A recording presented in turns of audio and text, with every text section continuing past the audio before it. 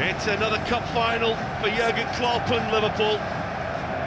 And with it being another cup final for Liverpool, well, perhaps inevitably, the opponents are Chelsea, as they have been on so many occasions. This is the first time in history in English football that two teams have met 5 times in a domestic cup final. It's Liverpool and Chelsea again, just as it was 2 years ago, to have the right of lifting the old League Cup, the Carabao Cup, hopefully in a couple of hours' time. Well, first silver off the season, and it's fought between the two teams again, Chelsea and Liverpool. Feel as if we've certainly been here before, a couple of years back. Hopefully it'll be a little bit more of an entertaining game, with a little bit more goals in it, but I think Liverpool coming to this as the favourites. But in saying that, Chelsea in recent weeks have certainly picked up with some really good results. Like I think the result against Manchester City, and obviously the result against the performance against Aston Villa, done exceptionally well. But Liverpool, I think, are still favourites. Well, it's a mild day in North London. Anfield South, as this stadium became known many, many years ago. Now the presentation party led by Rick Parry, meeting the Liverpool players. Just tell me what these feelings are like for you as a player, Gary. Well, I mean, all the formalities here, the players really just want to get to break away and just get into a little bit of a warm-up and feel a little bit more comfortable. I've always felt a little bit awkward meeting all the dignitaries and what have you. I think you just desperately want to get the game underway. That didn't happen in your day. That certainly didn't happen. No such thing as mobile phones back in the day. But no, it's a fantastic achievement again to be in the final, so I'm sure the players are just wanting to get the game underway and get it going and try and get into the mode of playing the game. Well, it's his 9th major final as the Liverpool manager. It all started, of course, with the League Cup for him, a defeat against Manchester City, and now, of course, in his final season in charge of Liverpool, he goes up against the man who he, of course, so famously beat to lift old big ears in Madrid. Well, both managers have been here before. Pochettino still to win anything on English soil in the Premier League, or certainly in any major cup competition, so it's a big event for him as well. It's a big day for him. He'll certainly be wanting to bring this young Chelsea side into give them the fault of winning games and things, and winning trophies.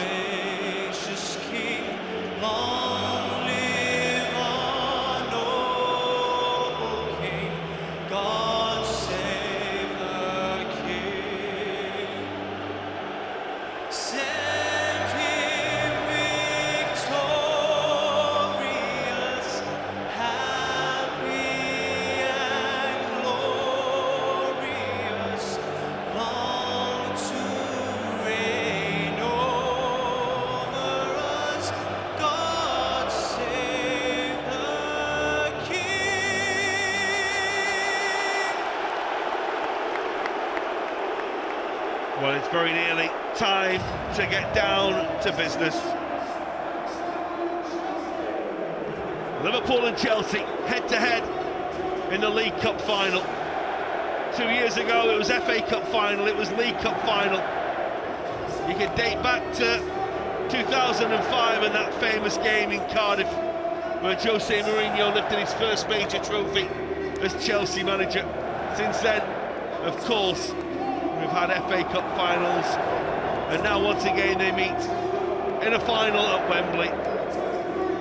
It's a full house, as you'd expect. It's actually filled up really late on from two sets of supporters who have been here so many times. It is the sort of game you come in late to. Let's take a check on the two teams for the League Cup final. We'll start with Liverpool. The big question, of course, we found out from Pep Lijnders on Friday was it was a game-time decision whether or not Darwin Núñez and Dominic Szoboszlai and Mohamed Salah would be involved. Well, the answer is none of them, and it's a real blow for Liverpool. One change from the side that played so well against Luton in midweek as Ibrahima Konate comes back in, but what a day for the likes of Harvey Elliott and Conor Bradley, two outstanding young talents for Liverpool. Well, big occasions for them. I think Harvey played in the game 2 years ago, didn't he? He wasn't meant to be playing. He came on for Thiago, who obviously proved something in the warm-up, so he's been here before. But young Conor Bradley, what an experience for him.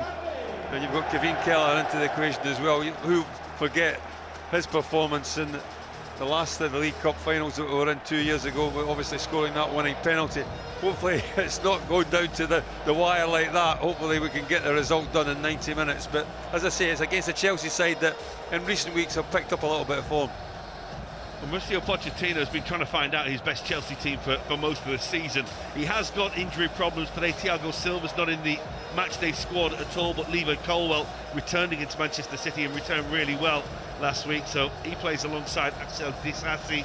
Malo Gusto has come in at right back recently and done really well, and Ben Chilwell on his return from injury is starting to find his feet and finding his form. Elsewhere, Nicholas Jackson is the man who leads the line today, alongside Raheem Sterling, who's back in goal scoring form, and Paul Palmer, who's been in really good form since he joined Chelsea. Well, just listening to a lot of the Chelsea pundits and the people that watch Chelsea on a regular basis have obviously raved about the performances of Cole Palmer. He really has hit the ground running when he's come into this side. He's probably been the only signing that has actually done so. There's obviously question marks on the likes of Fernandes and Caicedo, and certainly Nicholas Jackson. He's a threat up front, he's got pace, he's got ability, but has he got that killer instinct? Well, hopefully he doesn't have that this afternoon. But it's a different Chelsea side, I think, a little bit more confident Chelsea side that we faced a couple of weeks ago at Anfield, and it was at Anfield, and it was a fantastic performance, one of the best performances I've seen Liverpool this season. Hopefully we can replicate that this afternoon down here at Wembley. The final words from the skipper, the roar from the players, and a smile from Jürgen Klopp, taking it all in, hoping that there might be some more finals to come this season. But final number one, potentially, is at Wembley Stadium against Chelsea. And can Liverpool do it again? Chris Kavanagh gets us underway. The League Cup final of 2024. Cody Gakpo not quite able to keep that first ball in play. It was felt that Chelsea's hammering that they took off Liverpool just a few weeks back was almost the straw that broke the camel's back, and it's brought them back together as a group, and Mauricio Pochettino has managed to get a grip of them as a team, and they were certainly very good against Manchester City last time out, and it's a final today where they have players with such experience. Raheem Sterling looking to win this trophy for the 6th time. It's a foul on Ibrahima Konate, but they do have big game experience in this squad, as well as a lot of players that are tasting this for the first time, just like a few of the Liverpool players. Well, I think it's a good mixture. I think Raheem Sterling is obviously one of the more established senior players at Chelsea now, so there'll be big things expected of him, just not in like performance but in leadership qualities as well. One thing that you would say that is a relatively young Chelsea side, with a lot of players that have come in at the beginning of the season and a little bit kind of raw to the Premier League and English football in general, but you have to remember that they have spent £1 billion on players, Chelsea, so it's been a big investment and it's not quite paid off for them just yet. Well, here comes Andrew Robertson on the charge. There's support behind him from Ryan Gravenberch. What a day for him, coming to Liverpool and getting a start in the cup final. And it is worth remembering that he is still young, he is still raw. When you do come from abroad, having been at Ajax and Bayern, people tend to not perhaps give you the leeway that a young player coming from domestically would get. Well, I think when you mention the two clubs that he's been at and played at, I mean Ajax and Bayern Munich, two like powerhouses and major forces in European football over the years. So it's not as if he's come from a small town club. He has experienced big games before as well. Augusto just had a careless touch there. Of course, Reece James is still absent, so the young Frenchman given the opportunity to look at the Liverpool players who aren't involved today. Look at the row of Jones, Salah, Nunez, Szoboszlai, Alexander-Arnold, Joel Matip there as well. You almost forget him, you almost forget Bajcetic, you almost forget Thiago, Alisson as well on the injured list. It's a team that you'd send out there and think would win the cup final easy if they were available, but as it is, it's a combination of players that have been thrust together, and they had to overcome.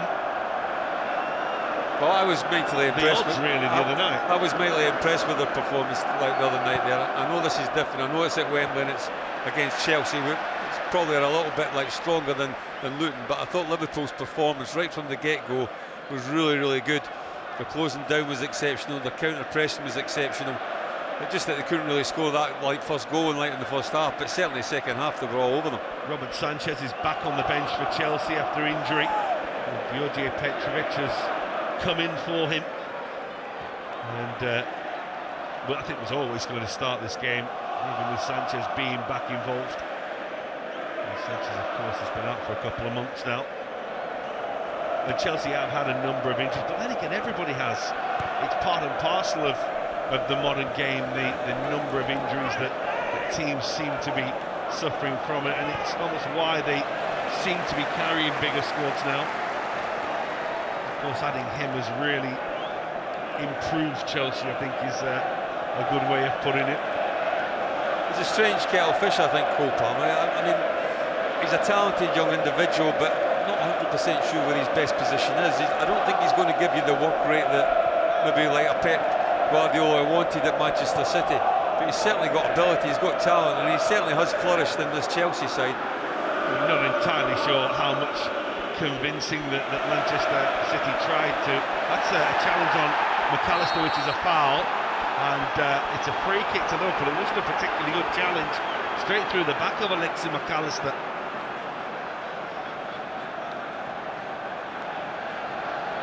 Well, he overruns it, this Colville. More often than not, when you do overrun it, you get a little bit frustrated. A stretch. It's got to be a yellow card, I would have thought, to be quite honest with you. He'd be a lucky boy if he gets away with it. Chris Kavanagh is perhaps playing the percentages early on in the cup final. You used to get a bit of leeway in cup finals, didn't you, early on? You used to get a 3-1. You used to get a bit of leeway in most games, yes, John, to be honest with you. But even more so it felt in cup final. I mean, I still remember the uproar when Kevin Moran got sent off in 1985. Well, if anybody would witness FA Cup final 1988, Vinnie Jones taking out Steve McMahon yes, early on in the game. So Liverpool's free kick. We're approaching the 6-minute mark of the game. Nice to get off to a flyer, wouldn't it? It's McAllister's free kick. It was towards Virgil van Dijk. Chelsea had enough blue shirts in the way. McAllister wants to make it his. He came off the arm of the Chelsea man. It's given away to Robertson. Here's Endo, and he's been fouled. It's another Liverpool free kick. Caicedo this time.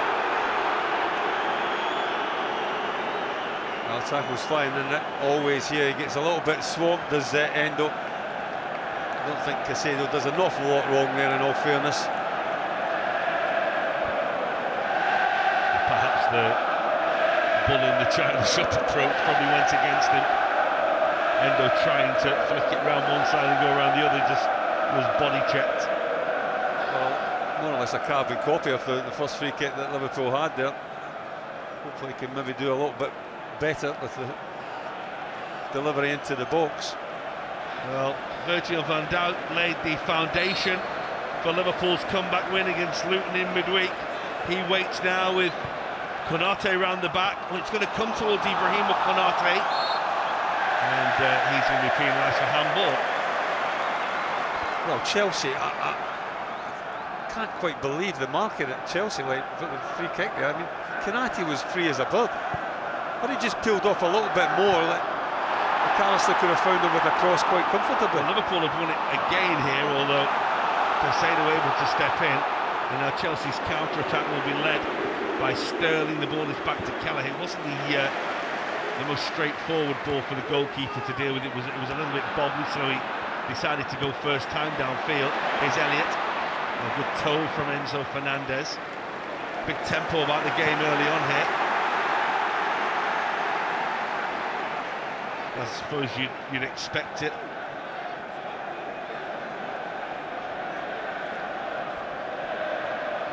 Well, we've had some battles here in Jürgen Klopp.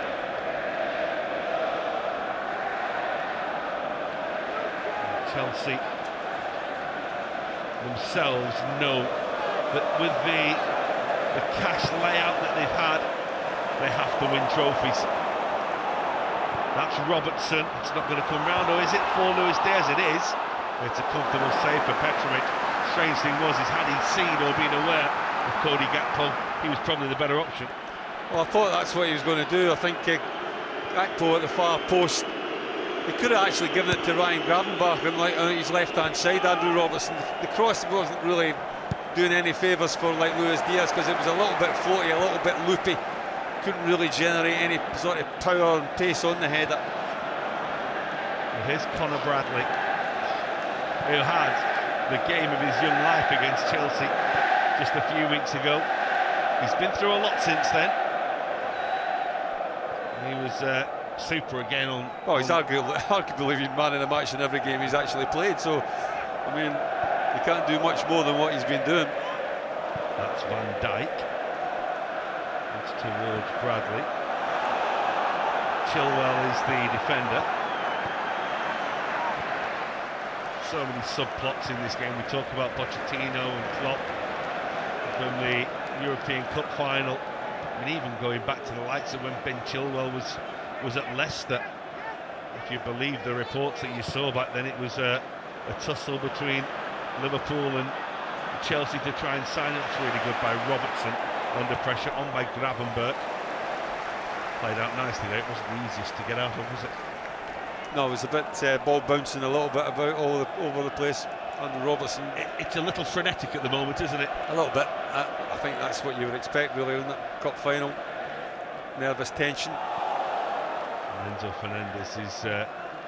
You'd probably say that Liverpool have been the more settled of the two teams. Kelleher with ball at foot is... I was going to say more than likely of finding a red shirt. He doesn't actually manage to do so this time, but Endo and McAllister come away with the ball. And here comes Wataru Endo on towards Luis Diaz. At the moment, Luis Diaz is Liverpool's centre forward, and Cody Gakpo is the left winger. I'm not certain that many would have called that. Colwell may have got away with one there. It looks as though there's an arm in the back of Cody Gakpo and Luis Diaz. Play goes on, and here's Cole Palmer. And Chelsea have 5 forward here. Liverpool are trying to get numbers back. It's Palmer. He's lucky to thread the ball for Jackson. This is Malo Gusto. And Robertson in the way. Chelsea with their first opportunity, really, to put some pressure on Liverpool. Well, the break from Chelsea, Cole Palmer made up ground pretty quickly, strode forward, and a deft little pass into the penalty area, wasn't it? Fortunately for Liverpool, Virgil van Dijk read it and just got a leg to it. But it's at the expense of a corner here from Chelsea's attacking movement now. Well, Disasi makes his way into the penalty area, having, of course, upped his Chelsea account against Liverpool alongside Colwell. They're both making runs from deep. Chilwell's delivery, and Kevin Kelleher dealt with it really well. That might be a foul by Luis Diaz. Just a little bit overzealous. Not quite understand it, to be honest with you. You can see there that, I mean, there's no even subtlety about that. It's just a pure, simple shove in the back. It gives a free kick away in a dangerous area. Well, he had a great game against Chelsea here, didn't he? A couple of years back. We'll probably expect to be busy today. Chelsea are a lot better than they have been at any other stage of the season, really, right now.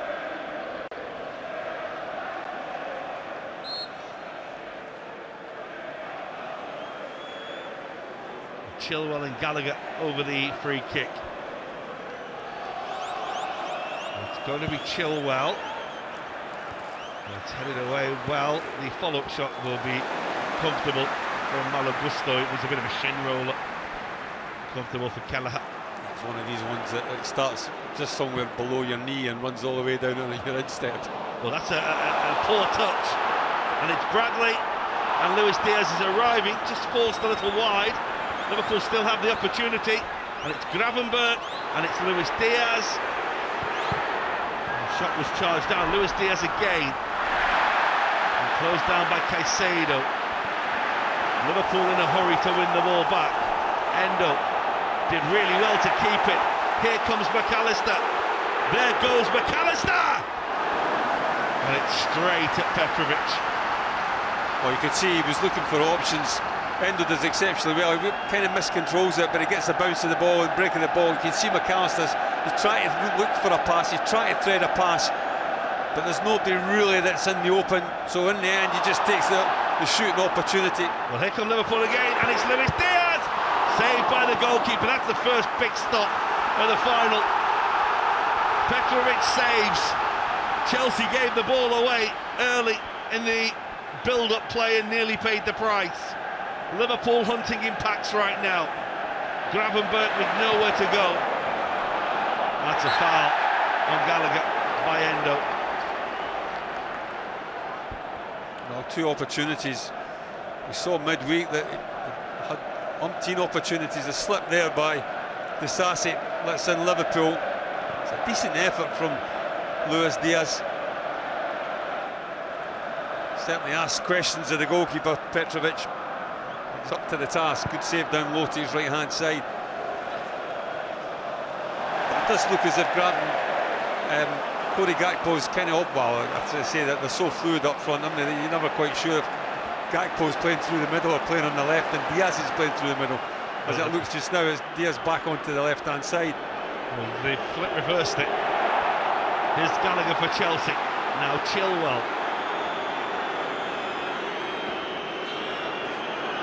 Enzo Fernandez.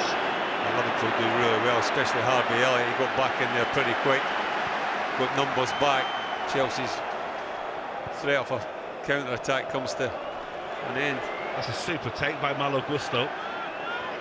Palmer. This is Caicedo. And again, that's horribly overhit. Funnily enough, while we see Malo Gusto, Caicedo had been playing really well for Chelsea, and there was a lot of talk about he was finally starting to settle and getting used to life under Pochettino, and with that huge price tag as well. But then they came to Anfield, and he laid an egg, didn't he? Really, him and Enzo Fernandez that night. They were pretty poor. Well, Liverpool were all about them, weren't they? I mean, they closed them down exceptionally well and gave them no room or space to operate at all. Well, Luis Diaz has gone through the middle again here with Disasi. Well, Chilwell's giving it away. That's a foul on Gallagher. It's potentially the first yellow card of the game. He'll do very well not to get one for that. Well, Chelsea have been a little bit fortunate with some of the challenges that they've made early on in this game. Again, Chilwell is an experienced pro, so he might know what he's doing there, but I think he's a little bit unfortunate. Like, you look, Conor Bradley was onto it like a flash, and he just knocks it past Chilwell. Chilwell's trying to get himself back in a defensive kind of position, basically just bumps into him. Yeah, but they've got away with a couple of challenges that could have easily produced yellow cards. Well, Liverpool have had a number of free kicks early on. Can they make one count? It's Robertson this time, and this is Elliott, and now Ryan Gravenberch, who's trying to get through a lot of traffic. And now Conor Bradley just has to be careful here, because Jackson, well, he went all out to try and win the ball, and then fell at the last. There was no seeming control over his actions there. The one thing about Jackson that everyone's always known since he came from Villarreal is that he's a willing worker. He'll chase what he's never been, and what he isn't is the natural number 9. They've probably got that in Nkunku, of course, but when Nkunku's had those lengthy injury problems, and that's been a big miss for Chelsea at the start of this season.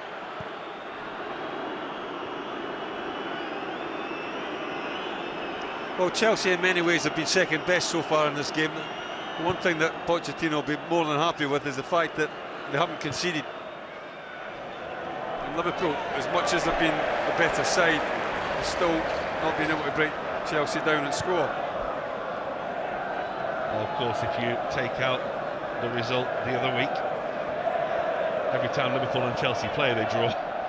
Yeah, they've always been very, very tight encounters, haven't they? And there's a lot of them finished 0-0 or 1-1. Here's Konate, Bradley, and Chilwell wise to that one.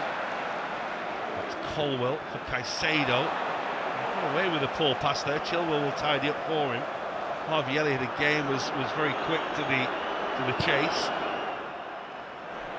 And Van Dijk comfortable on that. Endo.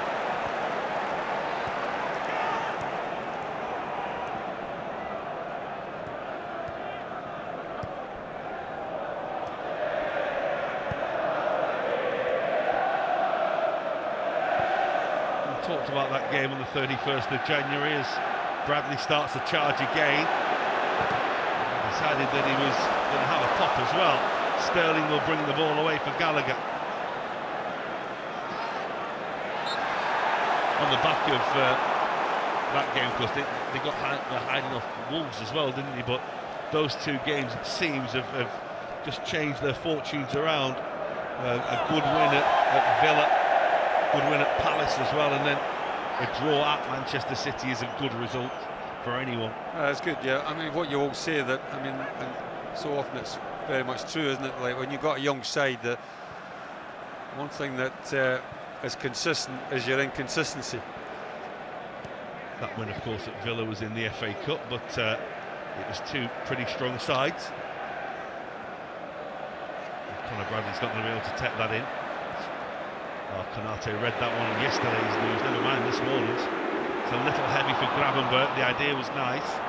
Palmer. There's a bit of space here for Gallagher. He's got Jackson in the middle, he's got support further over. Man arriving is Sterling. Bradley gets there. Oh, what a save by Kelleher. That's astonishing. How on earth has he kept that out, the Irishman? The follow-up fell to Jackson, but he couldn't get there. And Liverpool survived, mainly down to a quite stupendous piece of goalkeeping. Well, absolutely outstanding save from the young Irishman. They get a little bit outnumbered here, Liverpool. The initial, I think, was it Sterling? I thought Sterling could have had the shot, but like he doesn't get the shot off, but Jackson does. And he hits it really, really well. Just there, it's a good block by Conor Bradley. It's actually Cole Palmer that has the shot. And Kevin Kelleher gets right across his goal, makes himself as big as possible, and just that outstretched left arm just makes enough contact with the ball to keep it out the back of the net. Big opportunity for Chelsea on that occasion. Well, let's give credit as well to Wataru Endo as well, because his block from the Jackson follow-up was quite brilliant also. After the first, just out of this world save. Now Liverpool come at the other end with Luis Diaz, who's going on his own, and Malo Gusto makes a brilliant challenge. And Palmer back there to help out. Clear his lines, it's a great toe. And Jackson was guilty of waiting for it. Well, he did it against Chelsea a couple of years ago, didn't he? Made a couple of brilliant saves. Well, he had these two big saves against Burnley as well at Anfield at home just a couple of weeks ago. Really outstanding one-on-one saves.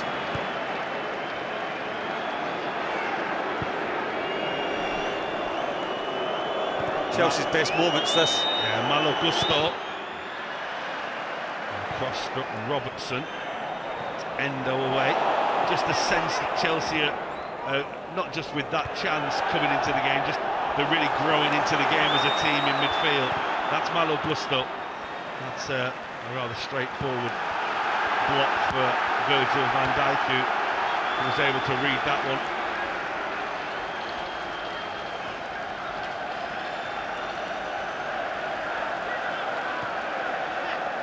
Palmer. Gravenberch in the way. This is Endo. Did well to thread that. Liverpool working away through Andrew Robertson, but Chelsea able to play in Liverpool's half at the moment. Enzo Fernandez with the flighted ball. Bradley with the block header really, rather than anything else, and follows it up with a clearance. Well, that's caught Gravenberch, and then Gakpo's down as well. Liverpool have 2 players down here. One's Cody Gakpo, and the ball is fired out of play by Chelsea. It's a really poor ball, and Liverpool aren't happy. Look at this. Gakpo's up, but Gravenberch's still down. That's the 2 touch guys. I think both took a rap on the ankle. Oh, we can see that one. He actually just stands on his foot, doesn't he, Caicedo? Just there. Oh, that is so one. Knew he'd done it as well. You saw him straight away put his hand up in apology. The referee's missed one there. Yeah, the second one's more a trip than an actual blow. Well, I think Jürgen Klopp saw it pretty well. And Tim Robinson is trying to appease a very unhappy Liverpool manager right now.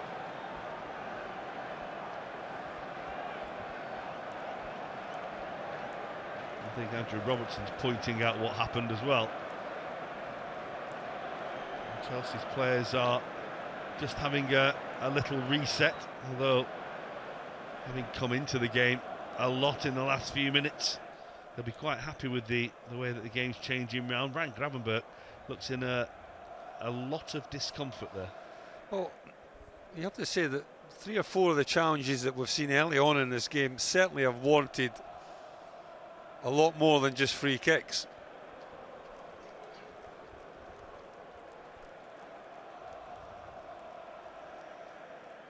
Well, it's a day when everyone comes to Wembley.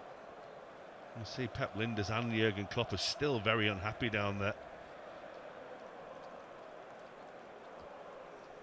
And Gravenberch is still feeling it, but the way he's talking now and the way that he's settling down with Chris Morgan, who's doing the work on him, will certainly doesn't look good, does it, every time you see it? Well, there's obviously the contact, but there's a slight, it looks as if it's a slight twist as well, doesn't it, as well? I think that would be the more of a concern than like the actual impact. Minimum free kick, definite yellow card. And it was looked at by John Brooks, who looks at everything but as the VAR.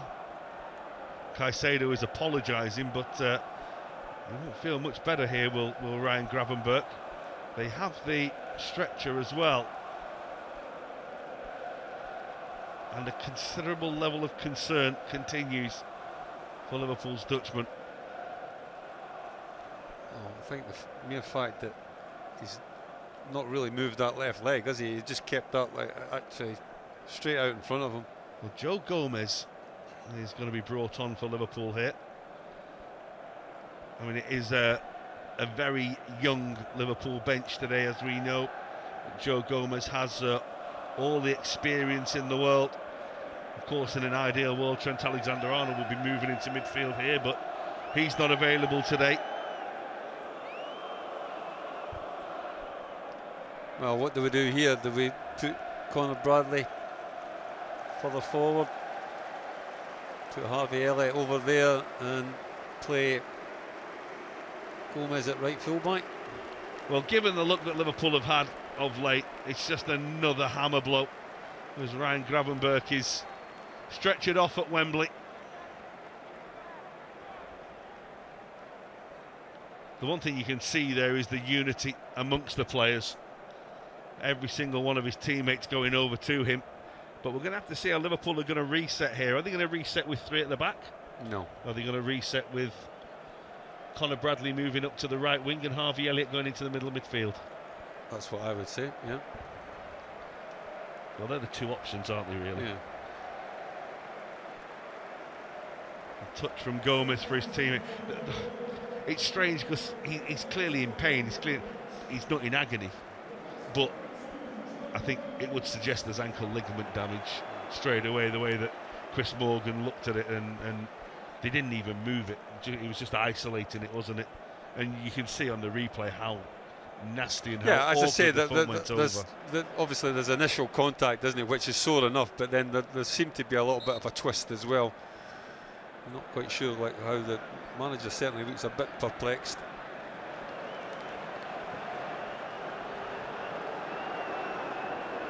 young Conor Bradley, at such a young age, he's been thrust into the limelight and the spotlight in the right back position. Now he's playing right winger. Yeah. Playing out of position in the cup final on the right wing. That's really nicely done by Palmer.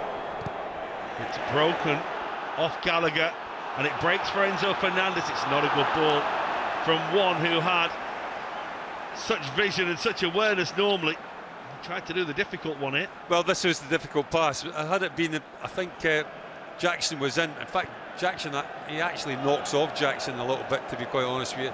The pass was probably, should have gone to Raheem Sterling. Well, here's Palmer. Chelsea in the ascendancy right now. Lautaro Endo wasn't being nutmeg, was he? Did really well. But at the moment, Liverpool can't get out, and Liverpool are,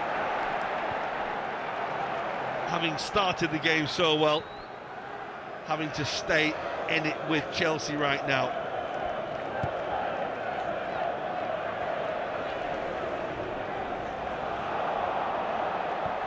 That's Enzo Fernandez. This is Ben Chilwell. Well, the one thing they have shown is they are incredible fighters, this Liverpool team. Once again, things are going against them. Another first half injury.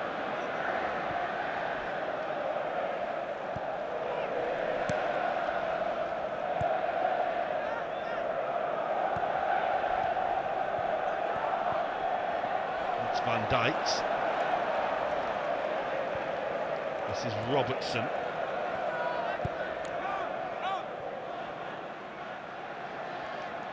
Harvey Elliott, who started the game as Mohamed Salah's replacement, now steps into central mid. It is a smooth swap, of course. He's played the majority of his football for Liverpool in there. It's another foul on Endo, who started this final really well. Good. Yeah, really good. I mean, Caicedo can't have too many lives left, can he? I mean,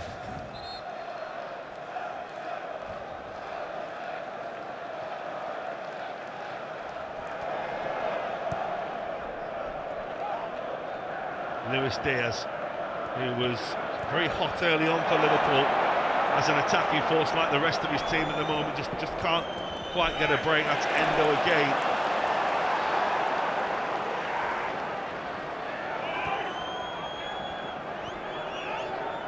Lovely little switch of foot from Gallagher. That's Palmer. Oh, Kelleher, just for a moment, just almost got a little bit ahead of himself. had there been a little bit more height on that, it might have troubled the goalkeeper a little bit, but in the end, comfortable. That's on for Luis Diaz. It's going to be comfortable for Petrovic. Did that a lot midweek, Luis Diaz. He got break through the middle, made these like real good runs. On that occasion, the ball was maybe just a little bit too flat and a little bit too straight. Conor Bradley penalised. Asking why. I think he is too.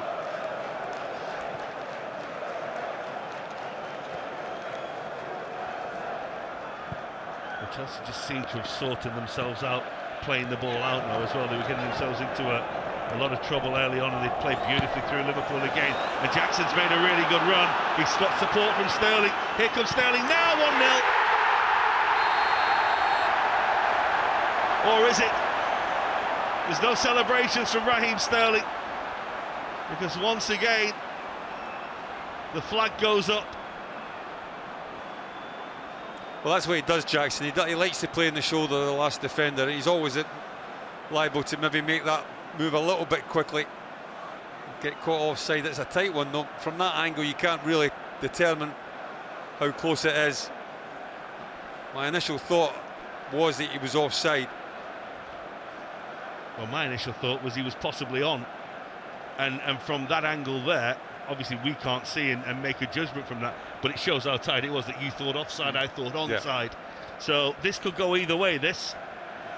There's been no celebration from Chelsea at all, because the flag went up that quickly. That might be replaced very, very soon, because this is incredibly tight. It's all about the left shoulder of Nicholas Jackson and probably the left shoulder stroke left foot of Ibrahim Konate. To be honest, from that there, you couldn't make a judgment. Not in that angle, no. I mean, that's I can't understand why that's the angle that they're looking at.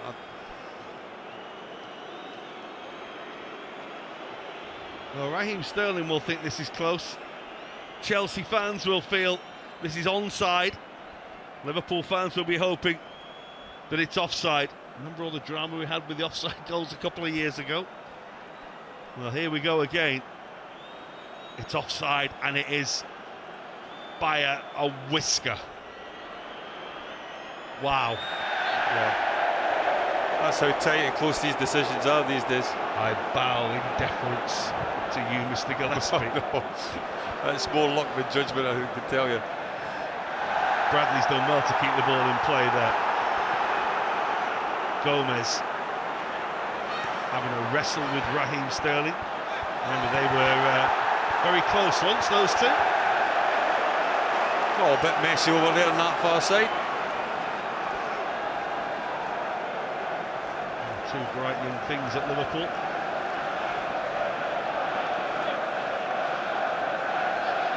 That little shrug and shake of the head from Jürgen Klopp just feels it, and he'll sense that Chelsea are on top right now, but he'll also feel that the marginals are going against his team. I mean, they're not. Some of them are not even marginals, of course, when you see the injury to Ryan Gravenberch. But they're going to have to do it against the odds today, Gary, again. Yeah, I think odds stacked against them in many ways coming into this game, obviously with the injuries that they have, and to pick up another one so early on in the game, it certainly seems that fate seems to be against them. Well, sometimes when fate is against you, you can do the most incredible things. That's what Liverpool have done so often. Here's Harvey Elliott. That's Bradley. Elliott again. Everything now to his left. One is Gakpo, the other is Luis Diaz. Gakpo's coming the other way. And the attack has just lost its momentum a little, but Andrew Robertson will try to change that now. Here's McAllister. That's looking for Bradley. Won't fall for Elliott, and Fernandes will clear. Gakpo just ran into traffic, didn't he? It needed to go to his outside as opposed to come infield. You see why he was coming infield and trying to get on his right foot. When Cole Palmer gets the ball, there's almost an air of expectancy from the Chelsea fans. Always seems to pick out a good pass. He's found Chilwell here.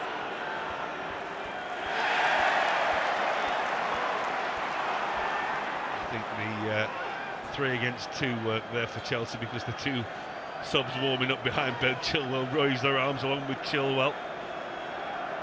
Went against Joe Gomez and Conor Bradley. Sterling not able to take that in. That's McAllister. Managed to squeeze it to Robertson, and that's long for Luis Diaz, going with Malo Gusto, who's not just quick, he's sharp as well. Really good defending from the young Frenchman. Yeah, he did well with the full back. He was under a lot of pressure there from Luis Diaz, breathing down his neck. Not the easiest job at Chelsea to replace Reece James, who of course is club captain, and I mean the player of which they've pinned their hopes really is the one to guide them moving forward. The young side is Caicedo. Malo Gusto, of course, always has been one of those young players as he came through at Lyon, who was widely tipped for the top. That's Sterling, that's Gallagher, and that's a really good challenge by Andrew Robertson. Needed to be 2. Yeah, he spotted the danger really well, did that Andrew Robertson. You can see his starting position here. He's got half an eye on Cole Palmer. He just follows the run of the Chelsea midfield player and manages just to get there in front of him. Stay with your man. It's the oldest one in the book, isn't it, Gary, for a defender?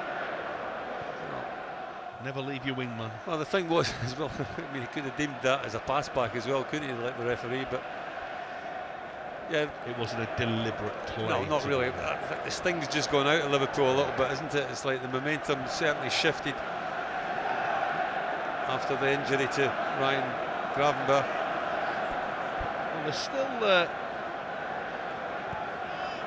7.5 minutes to go until half-time, plus a fair amount of stoppage time. That's Bradley trying to run forward. It's a really good hook challenge, of which it needed to be from Levi Colwill. It caught Bradley, but there was nothing in that. It was just a good piece of defending. I think it's important you do point that out, as you point out when the ones that are bad, but the ones that are good need calling out as well. It's one where a player can get hurt, but the defender does everything he has to and does well. Again, you see on the top of your picture there, Pep Linders with Jürgen Klopp. A long chat with each other, lots of instructions. That's Elliott, and this is Gomez. Bradley was not quite there. It was a beast of a ball from Joe Gomez, to be honest with you. It wasn't the best pass in the world. I think he was hand went up quite quickly to recognise the fact that he didn't really give Conor Bradley much of an opportunity to get on the end of it. Well, Levi Colwill was trying to steal about 10 yards. Ben Chilwell is told to get back, and will probably try and get a few back himself. Conor Bradley was insistent that it needed to go back. He's managed to make 5 or 6 as Chilwell. And Jackson did ever so well there. 3 Liverpool players around him, but sometimes if you get in between them all and just wait for contact, you'll get a free kick. Yeah, well, it's a little bit silly from Konate on that occasion. There's no need for him to make contact, and just looking at Liverpool's youthful substitute bench. Well, here comes Luis Diaz for Liverpool. Can they upset the odds? Luis Diaz again. It's Robertson. Gakpo! So close for Liverpool. Thought and looked like he'd done everything right. McAllister. That's got the travelling cock roaring. That's a Chelsea throw. But it looked like he'd done it, didn't it? Well, it just hits the far post. It's a decent effort from Cody Gakpo. Good build up down this left-hand side. Ball in from Andrew Robertson is nice and early, and it's flat. And just as he's moving away from the goal, he just turns his head. Does Cody Gakpo. He just can't steer it into the far corner. The goalkeeper beating all ends up Petrovic. Here's Bradley, and here's Gakpo. There's a little stumble from Colwill, but he did enough to win the ball. Beautiful little drop of his shoulder by Fernandes. Jackson engaging in the physical battle with Konate. Couldn't really have gone down under the first contact, stayed up. Konate able to recover. Well, it's a good old tussle, that, wasn't it? The ball in, as I say, it's a good one from Andrew Robertson. He's kind of moving away from the goal, Cody Gakpo, so in full mid-air he's got to twist and try and get the header on target. It's a difficult chance, I have to say that, but it's a decent effort from him. And he's chipped in with a few goals already this season. Well, he's scored in every round of this competition, so why not get himself one in the final?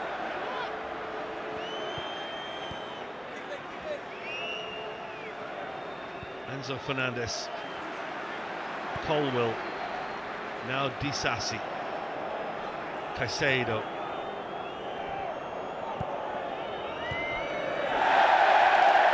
Careless. That's not his first one, there's also there's been about 2 or 3 that he's actually. I mean, the pass obviously wasn't the best for him, but he's had 2 or 3 that have just gone under his foot and gone out of play, or his first touch has been a bad one and it's gone out of play. Elliott does find Konate via a bobble off the Chelsea player. Malo Gusto, Palmer, who's run into McAllister, who's going to get it back, although Harvey Elliott will win it back. A little careless from Palmer, just for the first time really, that.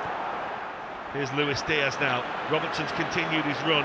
He'll be used as the decoy. The pass, and then coming back was Robertson from an offside position, so he can engage the ball, and Chelsea will clear. Endo. Luis Diaz. Chelsea know that He's such a big threat when he runs with the ball. Palmer has been on him as soon as he's got it, doubling up with Malo Gusto. Van Dijk. Chilwell with the header. Gomez and Sterling, but Joe Gomez who will take a Liverpool throw.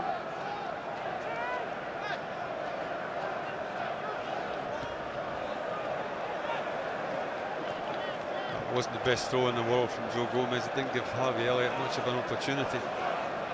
Monsieur Pochettino was going to do a couple of keep-ups there, but changed his mind. It's a little late from McAllister on Caicedo. I think Caicedo saw him coming and made the most of that challenge. Remember those two teammates last year.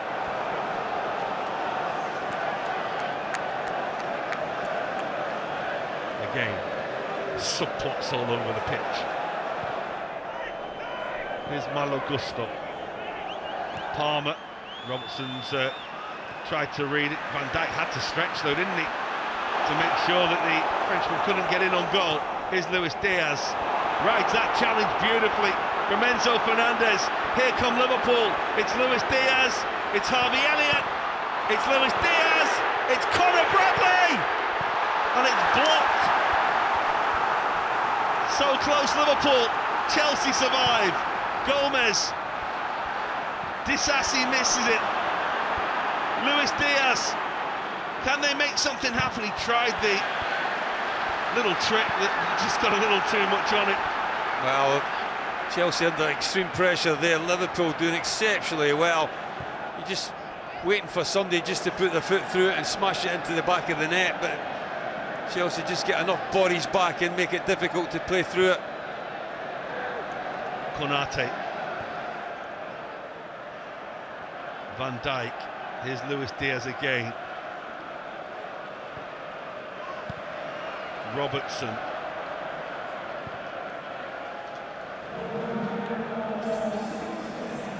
There's plenty of time to add on at the end of the first period due to the injury to Ryan Gravenberch.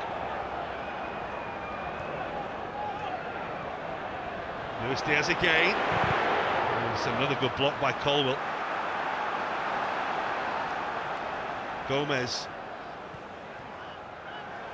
Joe Gomez again. A little behind Harvey Elliott.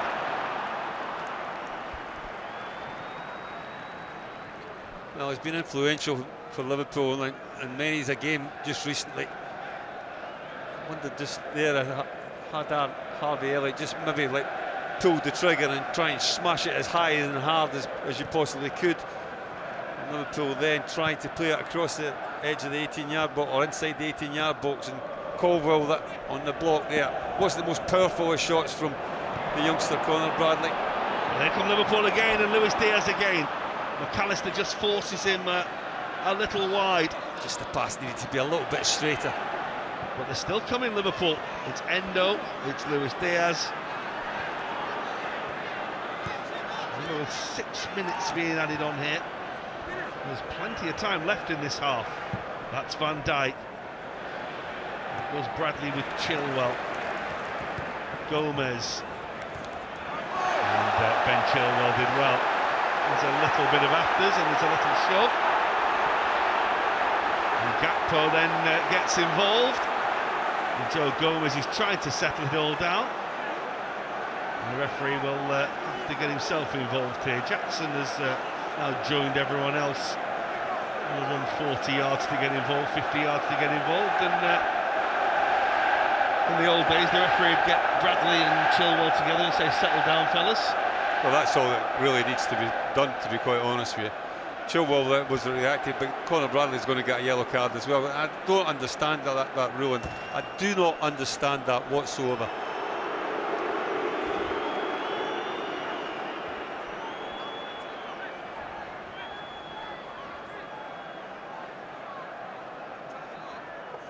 I mean, what does Conor Bradley do wrong there?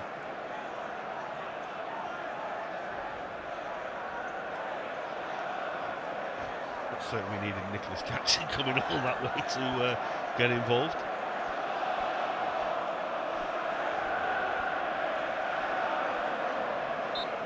Well, Conor Bradley's already adored by his Liverpool supporters here. He's just endeared him to a little more there. Everything on the line at Wembley today. That's Jackson. That's Caicedo. Palmer.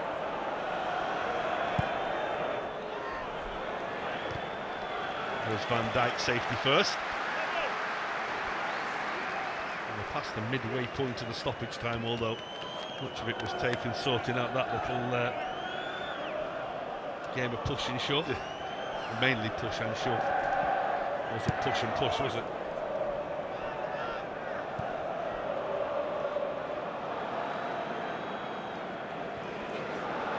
Caicedo. Great challenge, Bradley. Gakpo. Elliott. Gallagher was in the way, needed to be. Sterling, his pull back wasn't the nicest for Chilwell, and Van Dijk tidies up. And Kevin Kelleher will send it away downfield towards Cody Gakpo. Here's McAllister. This is Luis Diaz. McAllister again.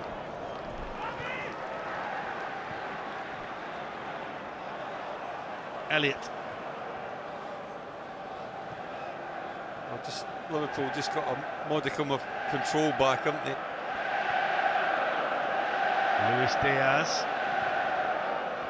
It's almost since Gakpo hit the post, Chelsea have gone into the shell a little, as if to say, well, you can still hurt us then. And when they fed off that chance that they had for Palmer a little earlier, and then the Gravenberch injury.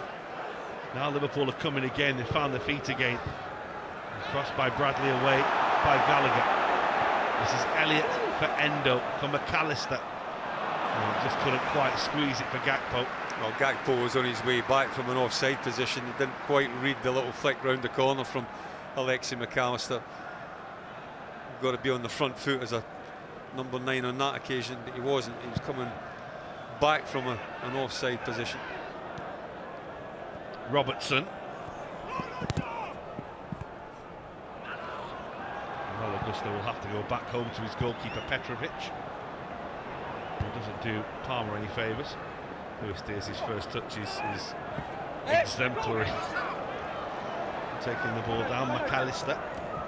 And it's a foul by his former Brighton teammate.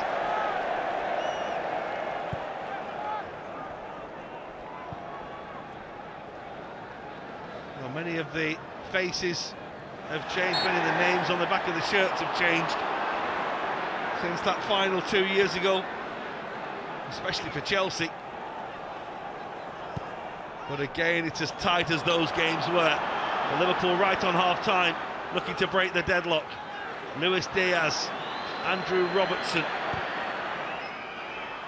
Bradley. Beautiful take, away by Colwell. And that will do. Well, full of drama, full of incident. Kevin Kelleher with a truly outstanding save to deny Cole Palmer. Was the moment of the half. Chelsea had one chalked off for Raheem Sterling as well. Yeah, it's just like 2 years ago when they couldn't be separated at all. It's exactly how it is at half-time here.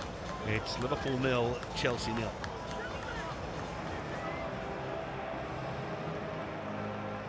It is all square between Liverpool and Chelsea. It is as tight as every other final has been between them in the recent history, and there is no suggestion that anything is going to be any different between now and full time, whenever that may be. Whenever that may be. I think there's been chances at obviously both ends. Liverpool probably dominated like the possession a little bit more than Chelsea. But Chelsea, with Ryan Gravenberch going off, I think Chelsea came more into the game. Liverpool lost the flow a little bit, but towards the end of that first half, I think Liverpool were the team on top, but still to produce. Well, that's a glorious pass by Wataru Endo to find Luis Diaz. The flag has stayed down for now, and Luis Diaz is on a mission. And Liverpool very nearly find a way in front inside the first minute of the second half. It's a corner. Well, it does exceptionally well, Wataru Endo. I thought he had a fantastic first 45 minutes as well, but that's a really defence-splitting pass. And it's Disasi at the near post that just gets a big toe to it to take it off the foot of Cody Gakpo. That's what Chelsea have done well in this game so far. Lots of good blocks. Now, can Liverpool find something from a corner? Can they produce this stirring start to the second half, just like they did in the Premier League in midweek? It's Robertson. Van Dijk's coming. It's a really good defensive header. Bradley. He's battling away for it. And it's on to Endo. And he maybe just snatched at it a little. Well, he did snatch it, but he's got to hit it early, because in a position like that, you don't get too much time. There's a big melee of players going for the ball there, and Conor Bradley just does about enough to get the ball in possession back to Liverpool. Really good header by Levi Colwill. Probably could have easily been a foul as well. Van Dijk went through him. That's the effort by Wataru Endo. I'm not entirely sure that Georgi Petrovic needed to fling himself across his goal like that. Well, I think they obviously had an angle in the stand, like Kenny and Russia, that thought it was a little bit closer than maybe what it was. Yeah, they're on the other side to what we're seeing on the camera angle. Liverpool owned the League Cup in the early 80s. Ian Rush became the club's youngest ever scorer in it, the game against Tottenham, but Tottenham, West Ham, Manchester United, Everton. It's towards Bradley and run away from him. And then, of course, they put Gary Gillespie in the team, played Arsenal, got beat. Got beat, yeah. Sorry. First time Russia had scored and they lost the game. Yeah. Charlie Nicholas got 2 goals, he did, didn't he? 2 spawny goals, yeah. Just managed to escape from Gillespie to score 2 spawny goals. Such is life. Yeah, you won a few other things though, didn't you? It was alright. That's Disasi. Palmer back towards Malo Gusto on his left foot, which isn't really where he wants it, but able to flight it downfield. It's going to turn into a ball for Raheem Sterling that it didn't really seem as though he was too keen on going into a 50-50 with Andrew Robertson. Well, I think there was a time that Sterling would have been first onto that. Maybe not so much these days. Caicedo's landed a little awkwardly here on his knee, which is a little sore. I think it's just the fact that his knee's dug in the turf a little as he's landed. Should be okay, but they'll just make sure. There you go, they can check it themselves now. Have a little poke and a squeeze. Of course, it was he that was responsible for Ryan Gravenberch being injured in the first half. A couple of other challenges as well he could easily have gone into the book for. Chris Kavanagh has been very, very lenient. 2 yellow cards for sort of coming together. It was when Chilwell shoved Conor Bradley after a head-to-head. It's Chilwell and Harvey Elliott.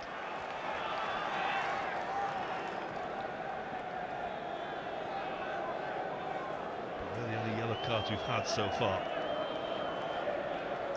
Well, Liverpool kicking towards the end that the Liverpool supporters are in. I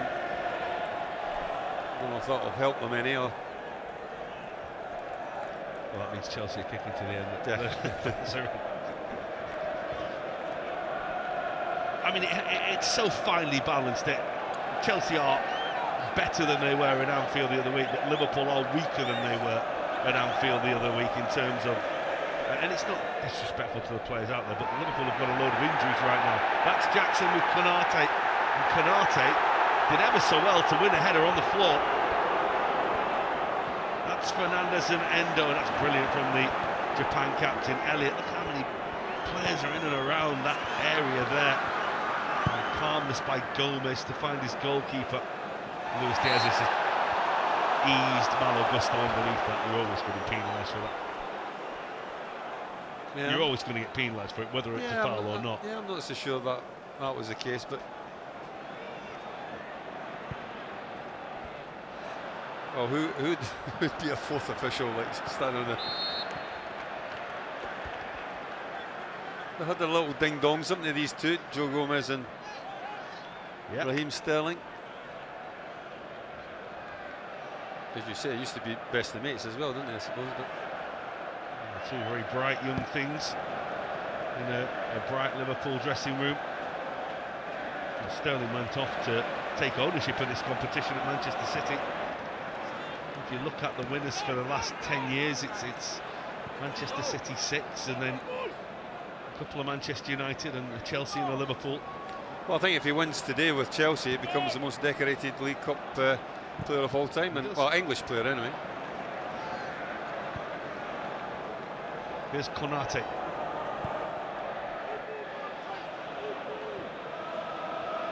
Malo Gusto. There's a couple of loose passes from players there. It's towards McAllister, Endo. I say they're all over Endo. I mean, it's a foul, but he's done ever so well to ride it. He has linked hard of it as Ricardo Endo. This is Conor Bradley though for Liverpool, who's looking inside where Gomez was, but he couldn't get there. And Gomez has come through. Sterling on now towards Jackson. Little check inside Konate. Gallagher, and the back heel is, well, it's an ambitious one from Enzo Fernandez. He tried to do something clever, tried to do something special, and didn't get it. Gakpo will chase, but Petrovic has his bearings well sorted. Well, I think he kind of lost his bearings himself, Fernandez there. But he had enough players around him to even maybe have a touch and lay it off, didn't he? Well, just for a moment, Liverpool looked as if they were under a little bit of severe pressure down there. Well, Joe Gomez tried to get in after Conor Bradley tried to win the ball, but Sterling came away with it. Here is Enzo Fernandez, who we have seen in recent weeks start to get much higher up the field for Chelsea. Scored that brilliant free kick at Villa.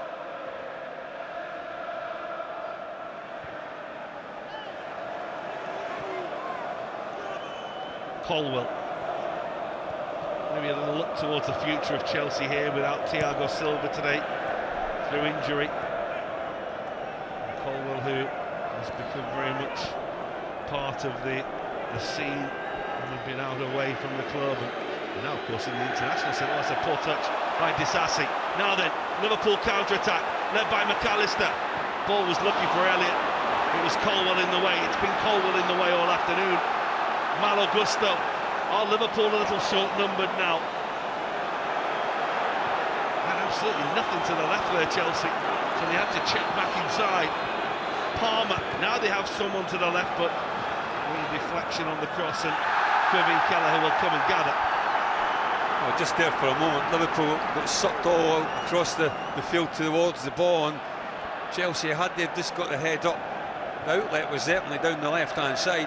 Didn't have an awful lot of bodies. They eventually got, I think it was Chilwell that had made the break to get forward. Had they just got the head up and made the right pass, then he was in at the back post. As I say, Liverpool had been all attracted towards the ball in that left back position.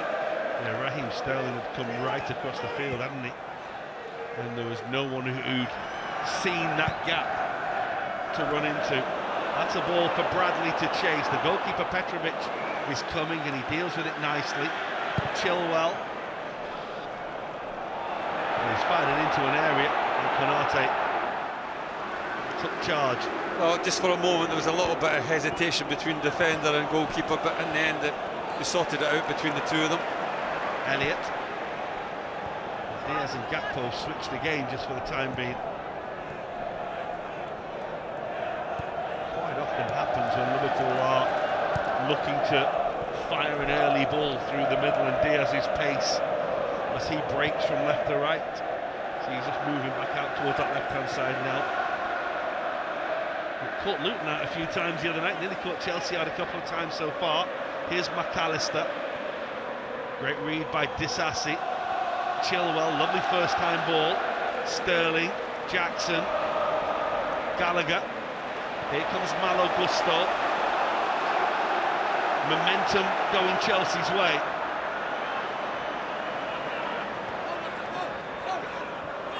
Palmer.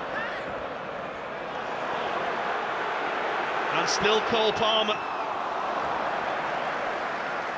Well, it was single-minded from a player who scored a lot of goals since signing for Chelsea, but perhaps not the best decision. Well, again, Liverpool again gets sucked towards the ball there. The two centre-backs are out of position for me. They've got to come back. Cole, I think it was Chilwell again that was at the far post. This is the opportunity earlier on there. I mean, had Enzo just sorted his feet out a little bit quicker. I think he's trying, I don't think he's actually trying to back heel it. I think he's actually trying to get the ball to Cole Palmer, who was in acres of space inside the 18-yard box. Certainly would have had a free shot at goal had the ball come to him, but it just could sort his feet out, the Argentinian. Long and straight by Van Dijk. Bradley won't get there.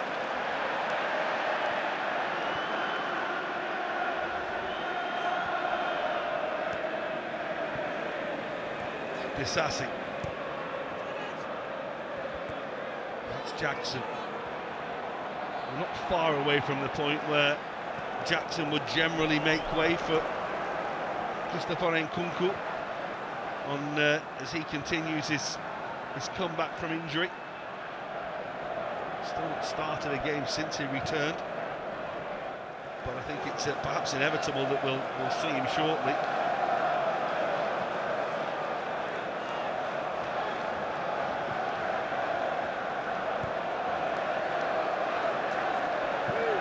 Also, the likes of Madueke and Mudryk, who really can add a very direct approach to Chelsea's attack. It's Liverpool though on the attack here with Luis Diaz, now Joe Gomez. This is Elliott. McAllister's making ground in the middle. Gakpo wide. What can Liverpool find here? Gakpo's cross. Elliott. And it's beaten away by the goalkeeper, Petrovic.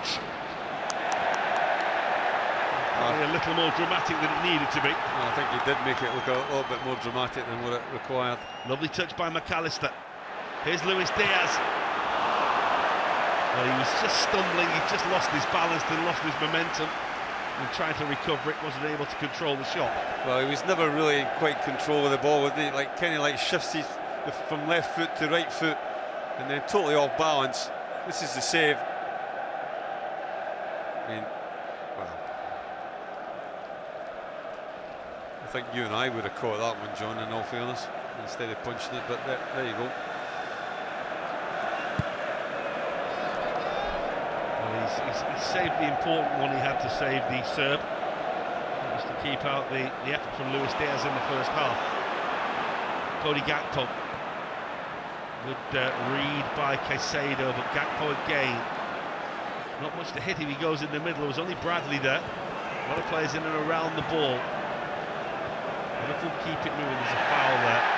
The referee's going to say play on, although he's now going to go back. And Conor Gallagher who catches McAllister.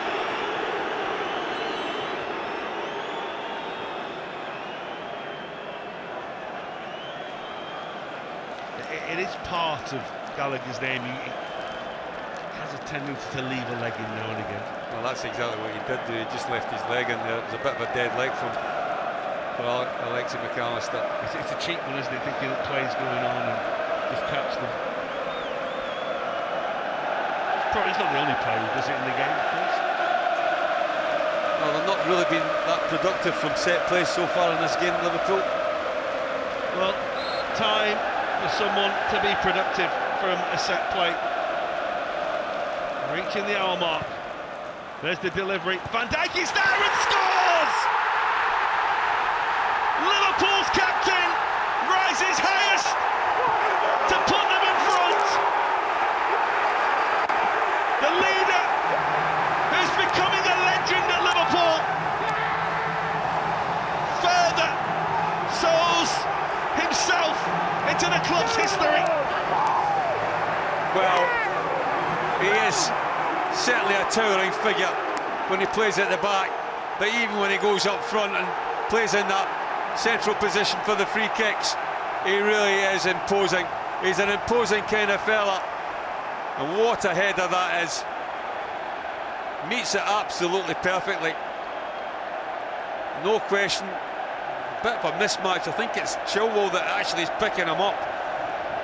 Lovely flighted ball in, and it is Chilwell, and he just gets it straight on the forehead, finds the bottom corner, and just like midweek, Virgil van Dijk on the score sheet. No centre-half scores more than Virgil van Dijk. It turns out his goal in midweek was simply the hors d'oeuvre to his opener at Wembley today. Oh, we were just talking about Liverpool not being productive at free kicks, but on this occasion they certainly were. Wonderful header. Wonderful player.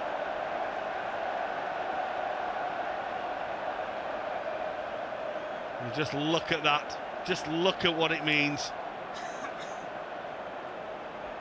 They are looking at Wataru Endo's involvement, although he doesn't seem to actually have any involvement in it, but they are just going over this and checking this now.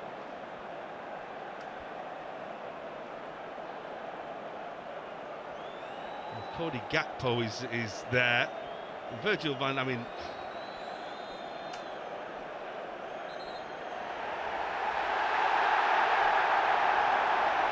Well, this is astonishing.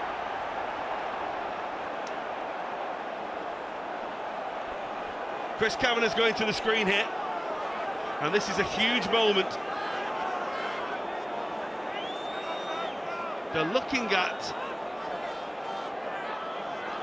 the delivery and where Wataru Endo was, and whether or not he does interfere with Colwell, and whether that should be classed as ruling the goal out.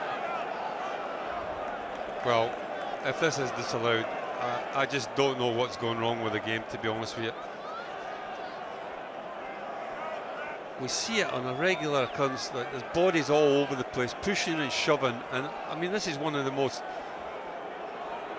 cleanest of like set plays that I've seen. Well, Endo, they're saying, is perhaps, but in truth, does Endo play towards him? He's just standing still and Colwell runs into him. These players block each other like regularly.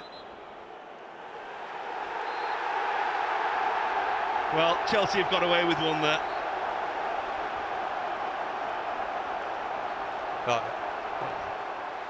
Well, words defy me, honestly. It really does. I just don't see where that's not a goal.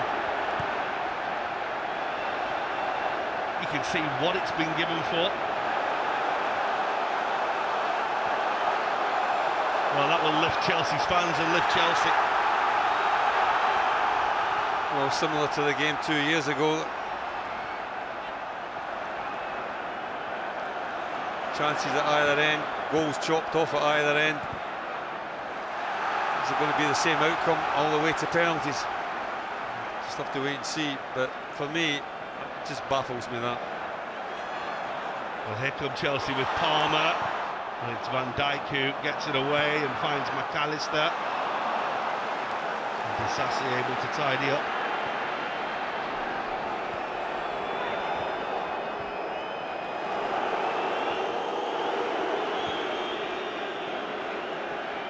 Nice little nudge down.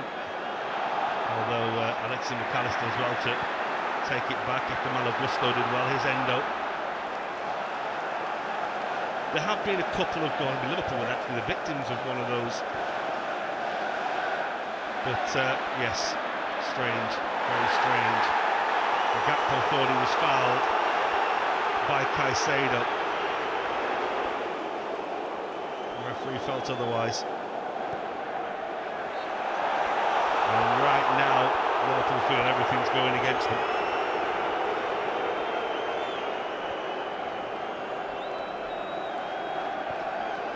So they're saying that this is a free kick against Endo for just standing in front of Levi Colwell. So he's offside and he's interfering in the game. So it's not a foul, but he's offside because he engages with Colwell, who's trying to defend the set piece. That's what it will come out as.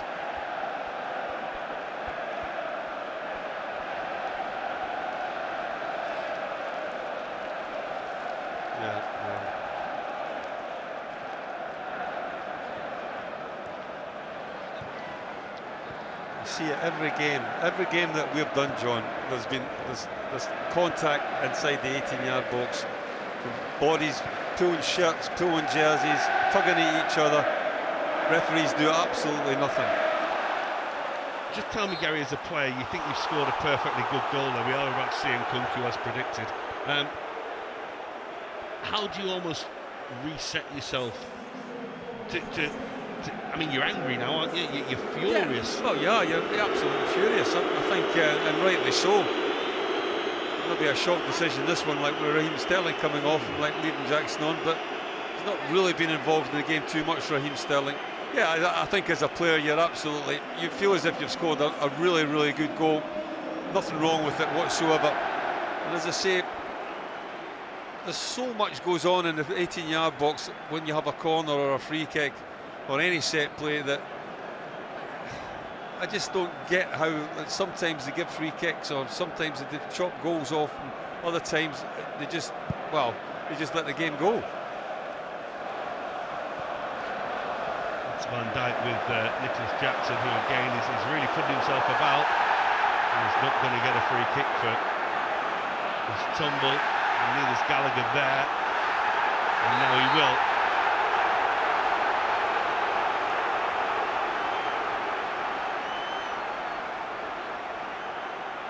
Caicedo and Ben Chilwell are involving themselves with the referee. Chilwell, of course, as captain, is allowed to, but Caicedo isn't really supposed to be engaging there.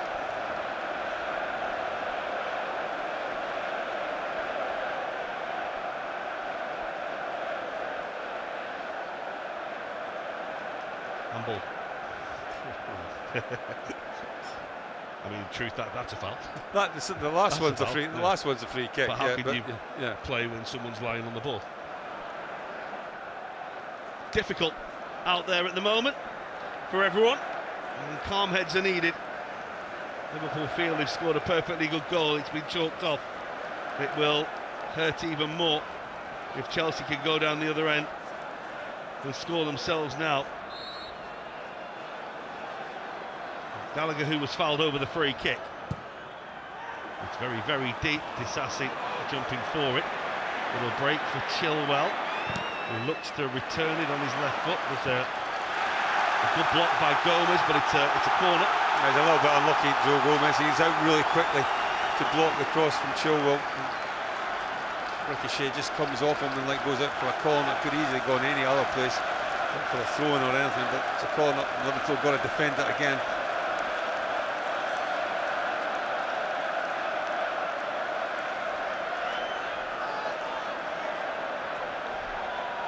Chelsea thought about going short. There was actually a block on Andrew Robertson who was going to come and block it.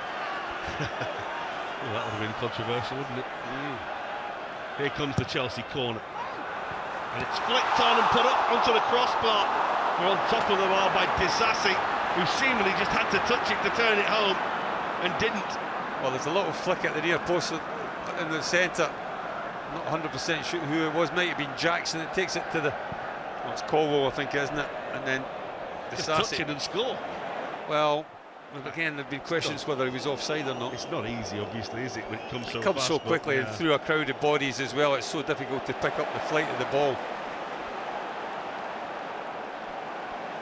And Liverpool, it feels like are almost just trying to settle themselves down. There's Luis Diaz, who rides that challenge beautifully. And another, and off he goes. He continues his run, and here's Gakpo, and he couldn't keep his cool. Well, it's all about in these areas of the pitch picking the right option, and again, Gakpo, for me, he picks the wrong one. Conor Bradley is in absolutely acres of space to his right hand side. Luis Diaz on a little mazy run, does exceptionally well just to get a little toe to it. But Gakpo doesn't have the awareness that he's got in a deeper lying position, I don't think, when he plays in that position up front. He's got to just knock it to the side to Conor Bradley. Conor Bradley's got options. Has a shot to go, or whether he can cross it, and Harvey Elliott's in at the far post. Liverpool about to make a substitution. Well, it's Liverpool's young guns, isn't it? They're going to have a big role to play if they are to win the Carabao Cup. Conor Bradley there. Bobby Clark about to come on. It's not the easiest ball for Kelleher to deal with. He's sorting himself out brilliantly, and Elliott's touch is exemplary. And this is Bradley, and he can't quite find Gakpo. Very cool and calm from Colwell to bring the ball away. And he just ran over the top of Endo, and he's continuing his run here. Is Levi Colwell. Gomez can't stop him. Real purpose from Colwell and Palmer and Malo Gusto, and Van Dijk sorts himself out to get the ball away and then turns round to everyone on the other side of the field and says someone's got to stop him there. Well, it was a kind of nothing ball into the 18-yard box. It comfortably dealt with by Virgil van Dijk.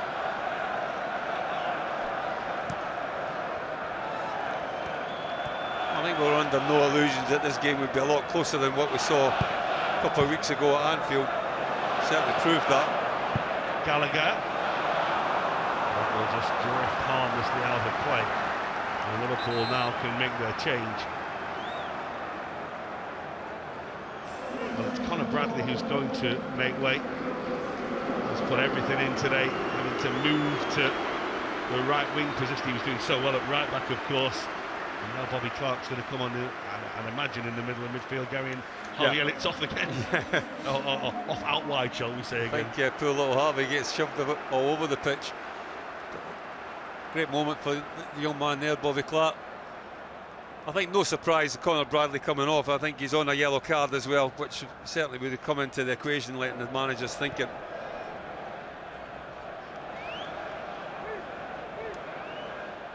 Bobby Clark will probably go in as a number 8 and number 10, and Harvey Elliott will be shifted out to the wide area. Well, he's shown that he's more than capable in the heat of the battle when he came on in that FA Cup tie at Arsenal back at the start of January. That's McAllister, this is Luis Diaz, this is Cody Gakpo. Gakpo across goal, and it's great defending by Nkunku to come all the way back. He's giving it away, mind you, there, although Elliott can't find a red shirt.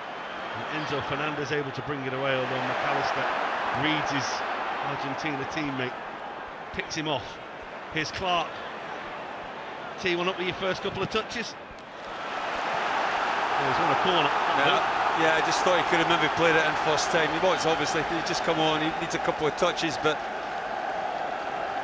nice early ball into the box would have caused Chelsea far more problems. But he's got a corner for the team. Seen Liverpool already at a set play. We're talking about them not being that productive. That man there managed to get his head on one, but can he do it again? Well, Liverpool feel they've scored a perfectly good goal. It's been chalked out by VAR. Now can they make something happen from this corner? McAllister, Konate. Won't come to Gakpo, who was coming round the back. Up goes Elliott. Van Dijk got a toe on that. In goes Gomez. Endo against 3. It's a bit of head tennis. Caicedo loses out. Oh, the thread from Clark wouldn't find Gakpo. Maybe he could have gone for goal himself. Beautiful from Palmer. Alexis McAllister wasn't having any of that.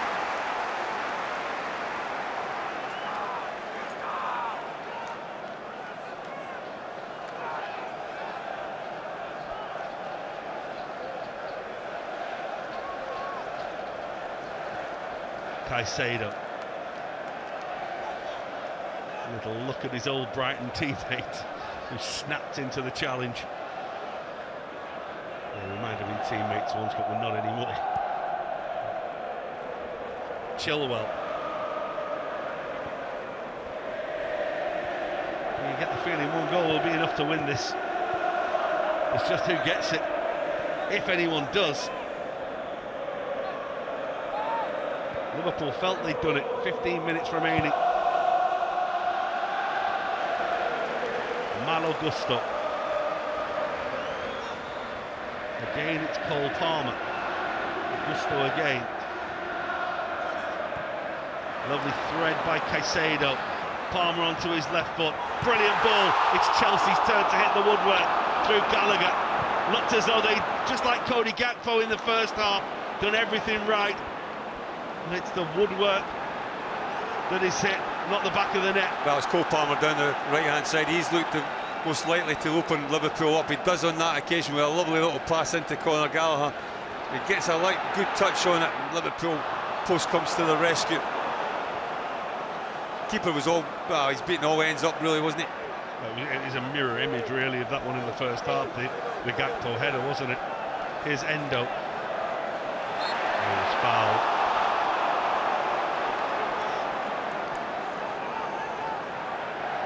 Can he get a better touch on it? I mean, and it's quick, I know. I mean, you can always get a better touch. The better touch takes it in the net, doesn't it? Yeah. But should he get a better touch? Yeah, well, possibly. I mean, it's just you've got similar to the Gakpo one. You've got to really react that quickly. That, you know, I think you're just quite happy to get it goalward bound and then take your chances. It's like fractions, isn't it? At the end of the day. It's McAllister hustling with Caicedo again. It's Bobby Clark. That's beautifully done.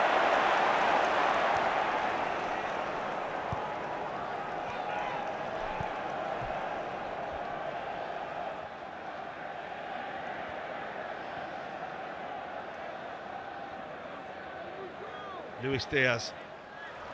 Here's Elliott. Where's he going now? Little thread looking to Robertson. Won't come to Clark. It's away by Colwell. Here's McAllister. And Chelsea can again come away on the break. Jackson has it, and Liverpool are looking as though they were going to really struggle with that Chelsea counter, but Konate did ever so well. No time to switch off though. Palmer. And Gallagher. And Van Dijk's in the way and Gomez clears.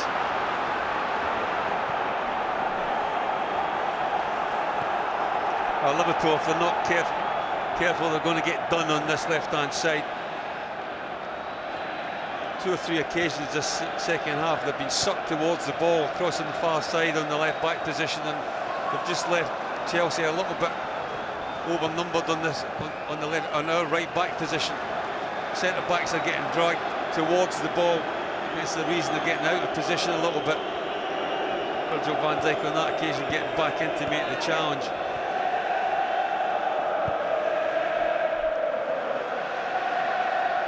Too high for Palmer.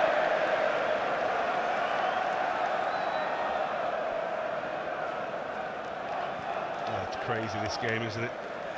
Every single final we've seen between these sides. How can you have so much drama and so few goals?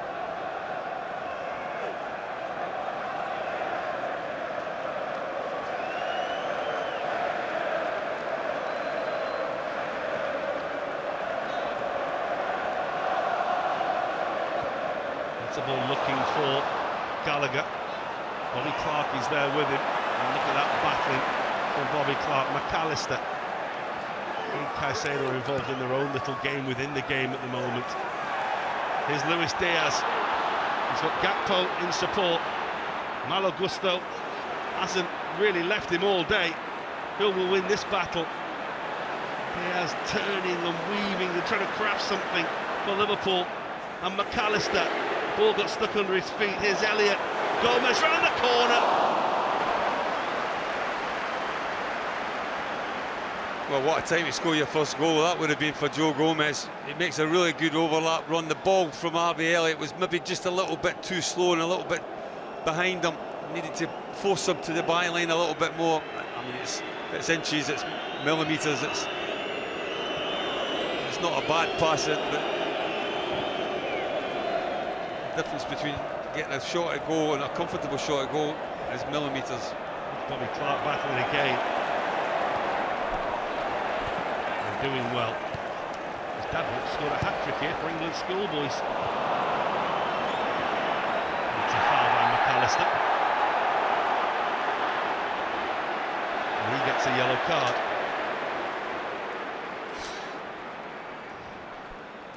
I think we heard you sigh there, Gary. It's a free kick, isn't it? I mean Caicedo's had challenges far worse than that all game, and he's not. Wow, it's just baffling. Honest to God, honest to God.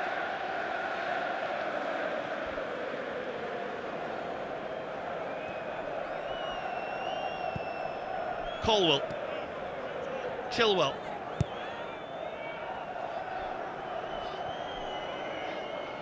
It's Caicedo.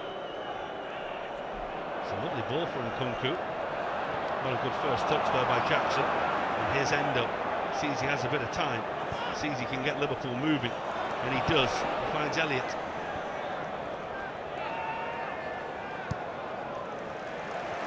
Konate.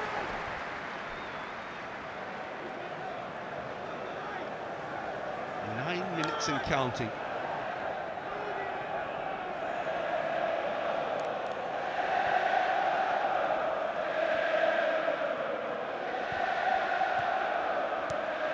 Ball on here for Luis Diaz. The flag stayed down, and there's Robertson. Elliott will keep it alive. Elliott for Gomez. A little too flat. Away by Colwell. Endo. Charged down by Gallagher. The referee deems out a good challenge, and Konate sliding in, and now he's going to get a yellow card as well. Well, that can only be for deliberate handball.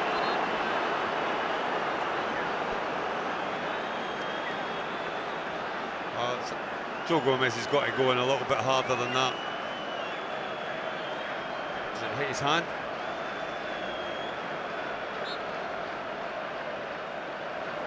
If it did, it might have bounced up off his body, which would make it pretty harsh, wouldn't it?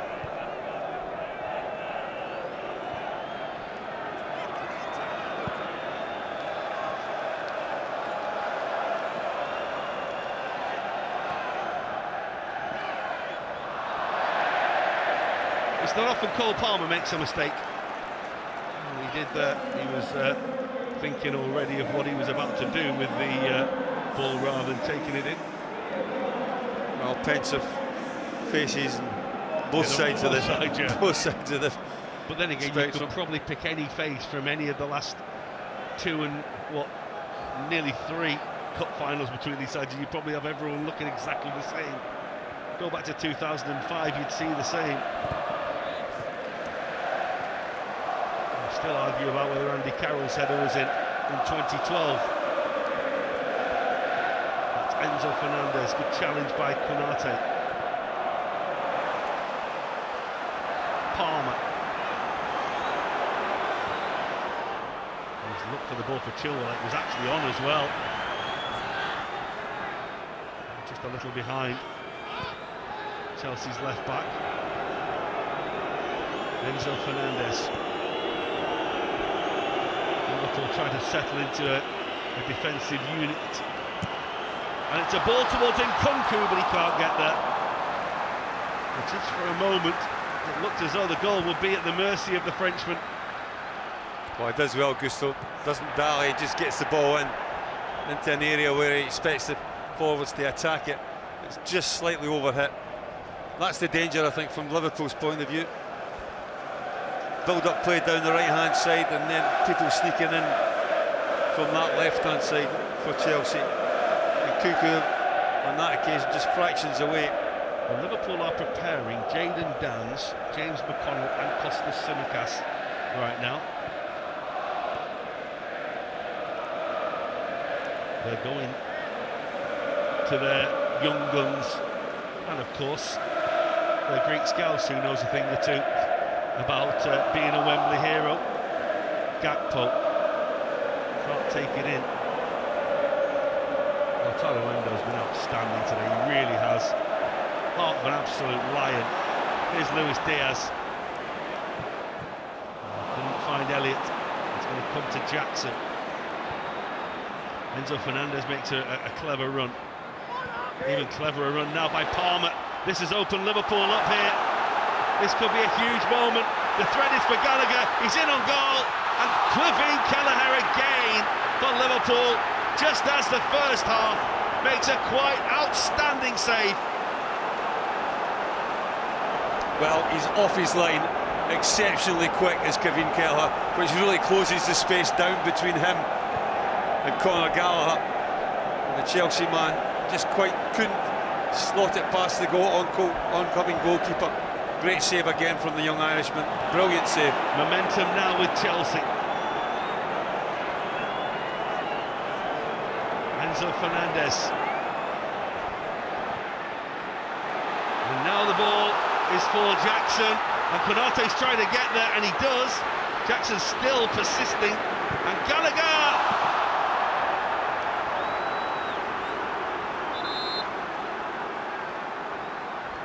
Oh, he just sneaks in behind Virgil van Dijk, does Jackson. As I said before, he likes to play in the shoulder of the last defender. It's just the pace at Konate that he just gets he gets back and does just about enough. Doesn't stop the layoff to Conor Gallagher. That's the save beforehand from Kevin Keller. Again, spreads his body ever so well. Makes himself a big target. First time.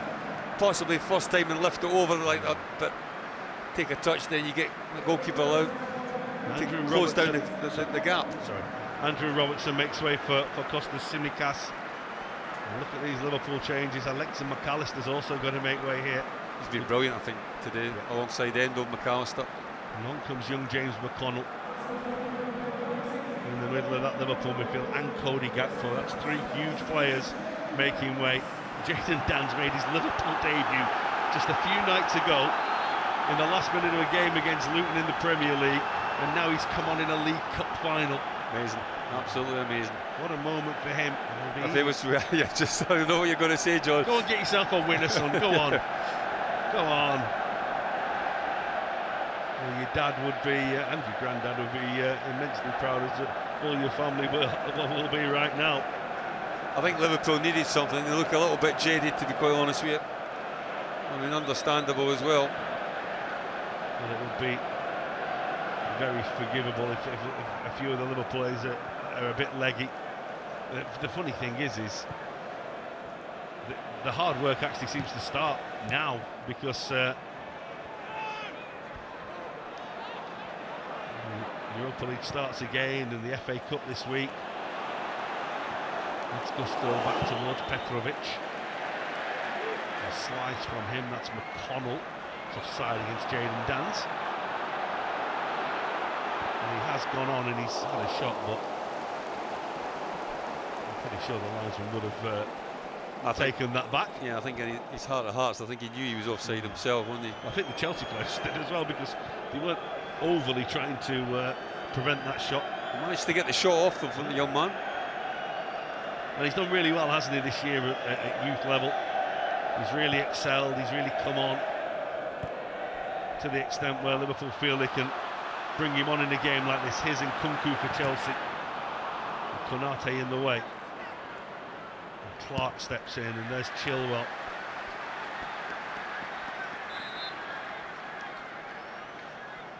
Well, Mikhailo Mudryk will come on for Chelsea for the little time that remains, and maybe a little longer that we'll play after, depending on what happens in the next few minutes. They've completely got it wrong on the board anyway, because 26 isn't coming off for 21, because 10's coming up. There you go, we'll get there in the end. Well, a little later than we expected, but Jackson now makes way, and Kunku will go through the middle, and Mudryk will be a threat on this left flank. One thing he has is blistering pace as well. Despite his look and all the tattoos, he's quite a quiet, reserved young man, quite a shy young man. Talking to Dario Serna, who's his sporting director, legend at Shakhtar, and saying that's what people tend not to understand about him, is that he isn't this cocky, arrogant player. He's quite sort of shy and retiring. Maybe that's why it's taking him a little longer to settle in. Here's Danns, and he's sticking to his guns there. Disasi downfield. Konate.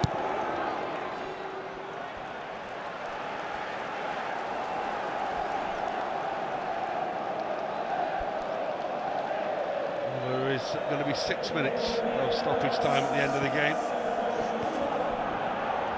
Chelsea have the ball with Conor Gallagher, who's had the best chance in the second half to win it for them. Not one, not two, but three. In goes Luis Diaz, a high foot against Caicedo, who has done very well not to get himself booked in the 90 minutes. Luckiest man on the field, if you ask me.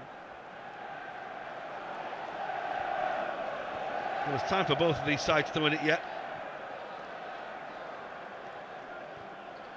And both have had opportunities to score. Liverpool feel they've scored a perfectly good goal. And I saw the reaction of the players and the manager. They almost couldn't squeeze that past Palmer. And now there's a big gap, and Konate is chasing with Gallagher. He can't quite take it in first bounce. This is Mudryk though. Ball for Nkunku. They're appealing for a penalty, more the Chelsea fans than the players on the field. I think at the stage of this game, like, you just shout for anything, wouldn't you?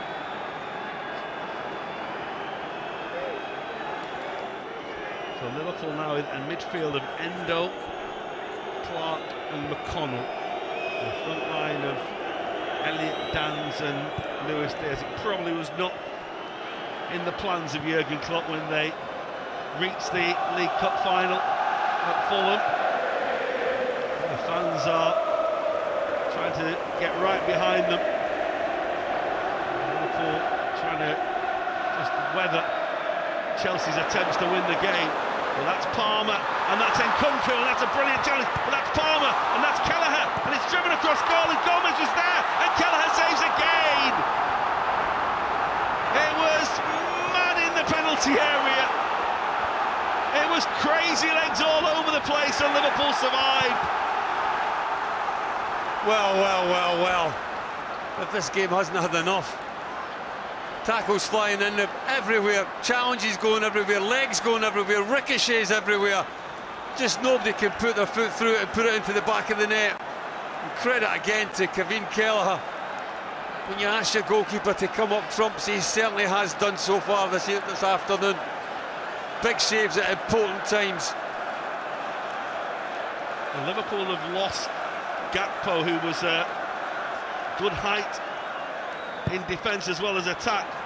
Kelleher decides to come away by Luis Diaz, and he's going to lead the charge. Might have to go on his own. Elliott's trying to get with him, and Elliott is with him. He's being joined now by Bobby Clark. This is Luis Diaz. It's a lot of traffic to get through, but he's still got the ball somehow. And maybe just kept it a little too long in the end. It's going to foul call Palmer.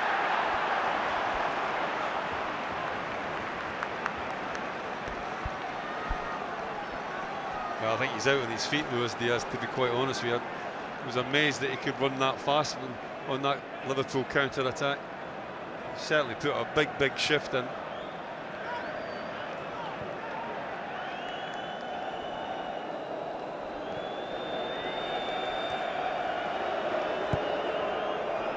Chilwell forward, looking to get Mudryk in behind Gomez. He dealt with it well. It's passed though for Endo's not where it needed to be. There won't be a foul by Endo on Mudryk. And Chelsea go quickly. Good awareness by Conor Gallagher. This is Enzo Fernandez trying to put it through the legs of Bobby Clark. McConnell will send it away downfield, but it is just away downfield. Colwill. Enzo Fernandez couldn't do anything really there. And passed to him. And he just basically had to keep the ball in play and hope someone was down the line for him. Here's Van Dijk.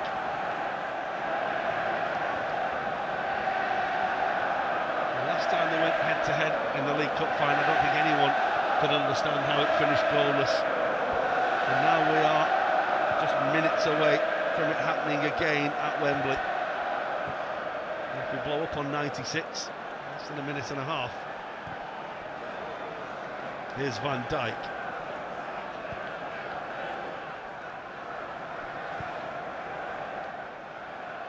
Konate. Read by Chilwell. Kelleher is coming, and he's got to be careful. O'Connell steps in. There's Konate. Clark under pressure, and he has great composure, just like his dad did. His dad was a fantastic footballer on the ball. Lovely player. Yesterday's there. That's Konate, might be a foul. That doing well to get away with it. He's got to be careful, Konate. It's gone against Liverpool. He's just got to be careful, Konate. He is rash at times. He does commit himself. I mean, he's on a yellow card.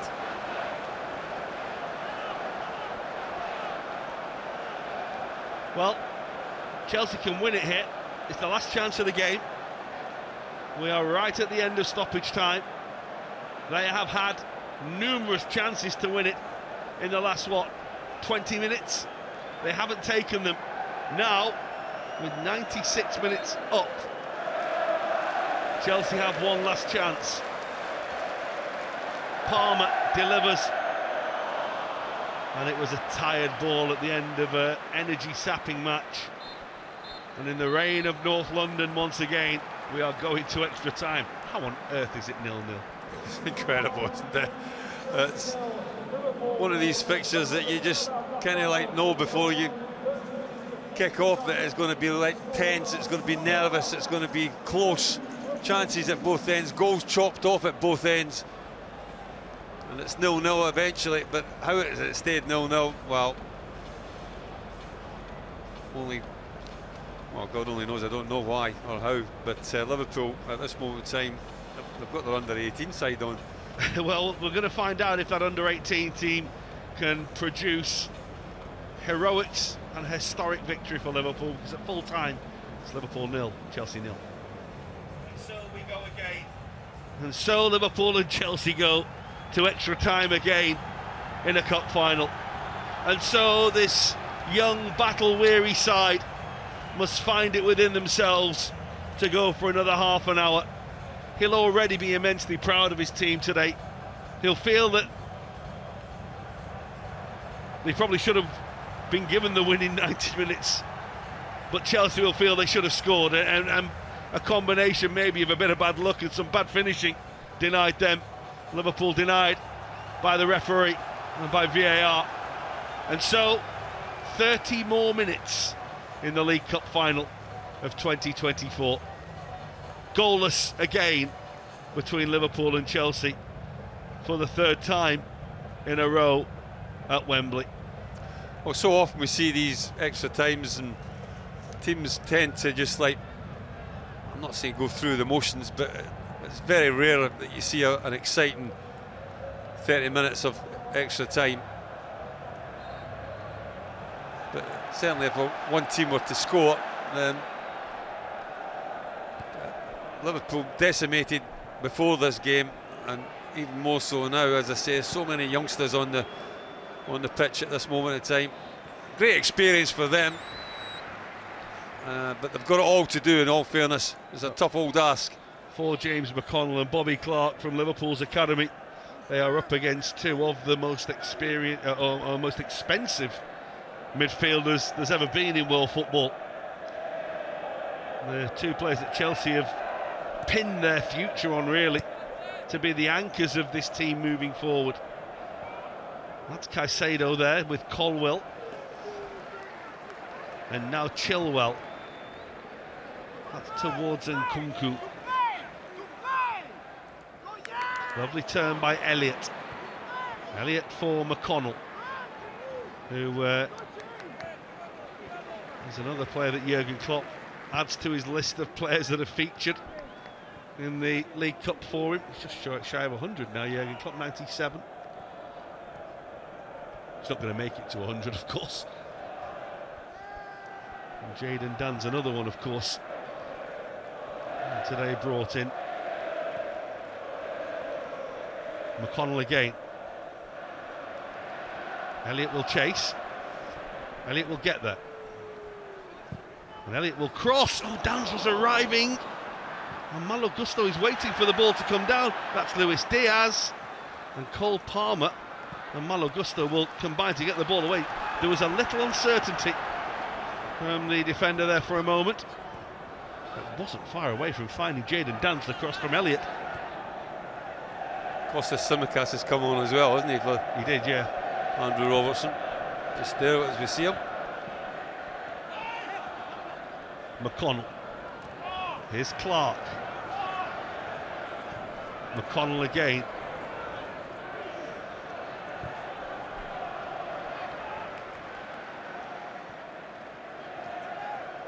Elliott.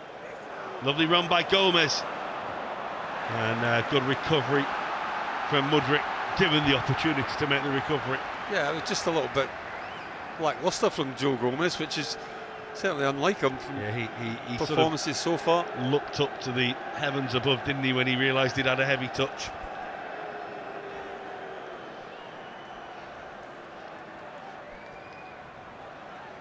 Well, time to be big, time to be brave, time to be a hero. Kostas Tsimikas can tee anything up on his left foot. There's the delivery now. It's a good header away. McConnell, Gomez, now Clark. Tsimikas is making a run in behind. The ball is a little floaty, which allows Chilwell to make the header. That's towards Van Dijk from Elliott. Across goal. Dance! It's a really good stop by Petrovic. Jadon Dance so close for Liverpool. Well, if anything, he just gets a little bit underneath it and a little bit loopy the header. Virgil van Dijk does ever so well because he just heads it back into an area, and Dance all alone gets the free header. And all credit to the goalkeeper Petrovic. He gets a big hand to it. I'm not quite sure if it was dropping underneath the crossbar or was maybe just hitting the bar, but the goalkeeper's not to know that. What a experience that would have been for the young man. Jadon Dance so close to scoring for Liverpool. And so we go again. Another corner, another chance. Tsimikas, it's over Dance, it's going to come to Elliott. He will look to send it again. McConnell's made a clever run. And good charge down by Conor Gallagher. And the one thing about these young players that we've seen from McConnell and Clark, they're not fazed by it, are they? And one thing that Jürgen Klopp and his team would have said is be brave. Don't be afraid to play those balls that you'd play in any other game. Well, that's what comes from the manager, isn't it? That belief and confidence that he gives these young players. I think we've seen it already, haven't we? With the likes of Conor Bradley, Jarell Kwanzaa. Clark forward. Disasi took his time. It's not a good clearance. Straight to Luis Diaz. Caicedo is very close to him. Clark and Dans. A little drag from Jadon Dans. Now he needs help. Gets it from McConnell and Clark. And Tsimikas was a little on his heels. Knocked off, didn't he? He knocked off Kostas Tsimikas. Mudryk has an electrifying pace. Konate had more than enough time. That's a nicely measured ball for Endo. Now Joe Gomez. The switch is for Luis Diaz. It comes out of the now darkening sky above Wembley Stadium. Clark. Great read by Gallagher. Free kick to Liverpool.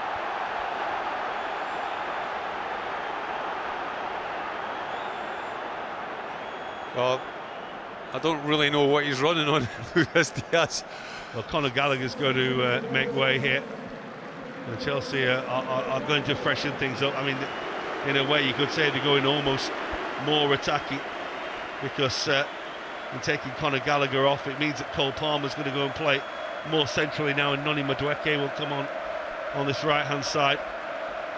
Should have won it, really, for Chelsea. Well, I had an opportunity. More than one. Yeah.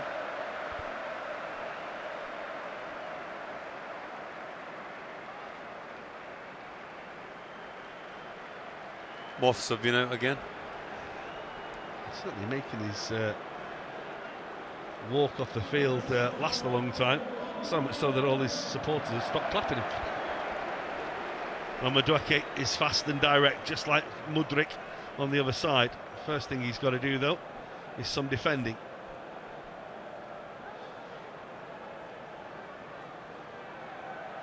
Tsimikas addresses the ball. It's delivered across everybody, where Konate retrieves it. The goalkeeper is coming, and Dan's tried to be a hindrance to Petrovic, who gets Chelsea moving. Here is Palmer, who's still on this near side for the time being, but I think that's only going to last a very short time. Great read by Elliott. Wasn't a great ball by Palmer, it must be said, but maybe that's something you can forgive for now at this stage of the game, when passes start to go astray. Well, tired legs and tired minds, and it's not a great combination.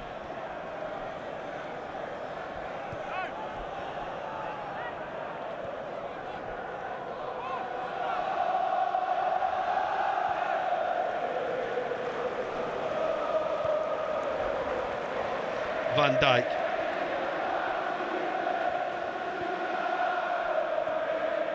McConnell. A couple of northeasterners now in that Liverpool lineup. Had a few useful ones from the northeast down the years, Liverpool. Here's Tsimikas. Nice ball for Luis Diaz. And there's Harvey Elliott arriving! It's the wrong side of the post. There were some that thought it was in. That's a chance. Well, it comes at a real awkward height for Harvey Elliott. He's got to really make great contact. He doesn't. He just kind of like hooks it and scuffs it a little bit, but sometimes these are the ones that go in. Had it bounced on target, then I'm not quite sure the goalkeeper Petrovic would have made the save. But Liverpool started like well in this period of extra time. Colwell had to sort himself out there. The look he gave his goalkeeper for that was, yeah, what on earth were you doing to me? Clark's been penalised for a foul on Chilwell.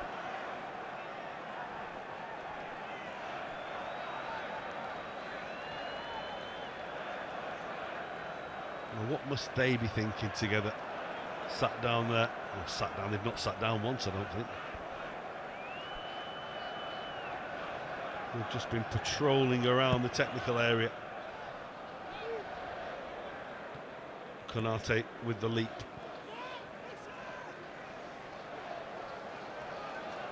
Wants to get an awkward stretch in there, didn't he? Wants to get involved, I think, Poch. Well, big centre back, you'd be desperate to go up for a couple of those set pieces, wouldn't it? He's outside his technical area, though, isn't he? Looks as though he was about to pop his groin as well. It was a bit awkward, wasn't it? A bit ungainly.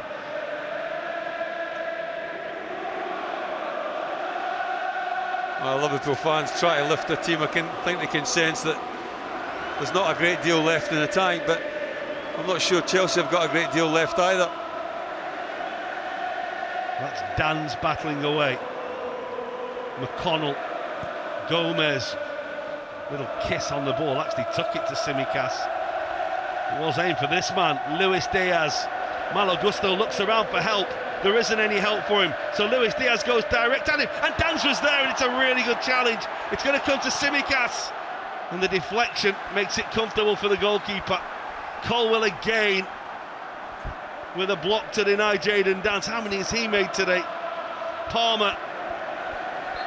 Foul by Tsimikas. Well, considering he's been out of the team for quite a while, Colwell. Oh, he's been brilliant, hasn't he? He really has. He's done exceptionally well. Here's Madueke.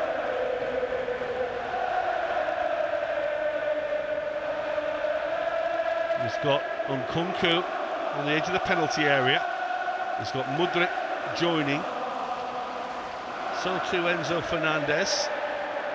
And Tsimikas just says, up you get. That's not a foul by me. And we'll all carry on. Well, they've certainly got plenty of pace on the wide areas, Chelsea, with Madueke and Mudryk. It's whether they can utilise it or not, that's the question. How brilliant is it to see those young supporters there, just savouring Wembley, savouring the cup final, singing their hearts out. And it's the Liverpool fans who are the most vocal down there right now, trying to get their young guns to do something that will be so special. Tsimikas' jump, Endo, that's beautiful. He couldn't find Dan's though with the pass, and looks to the heavens himself in frustration, chastised himself, and then just gets straight back into the mix and gets his game face back on, because that's what he's done all day. It's what he's done ever since he signed for Liverpool.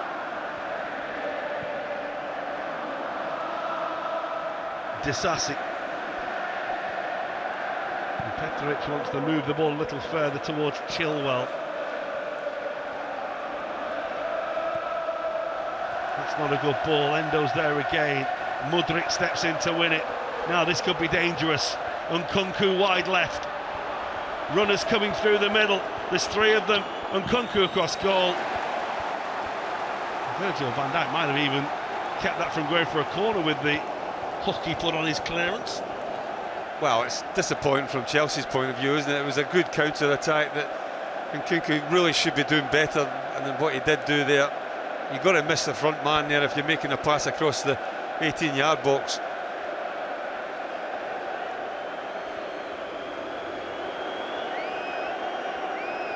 Virgil van Dijk said throw-in, but the referee, whose decision is most important, as he found out earlier, says corner. And so Liverpool have to stand firm again.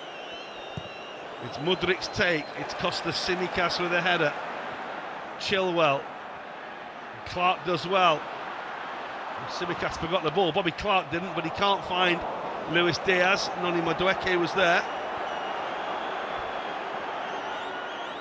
That's really purposeful from Madueke. Van Dijk's in the way again. He got a big shout of time to Bobby Clark. Dan's overruns it. More pressure now coming on Liverpool. We were thinking they were off on the counter-attack there. The youthful exuberance not quite getting away from the blue shirts. Madueke.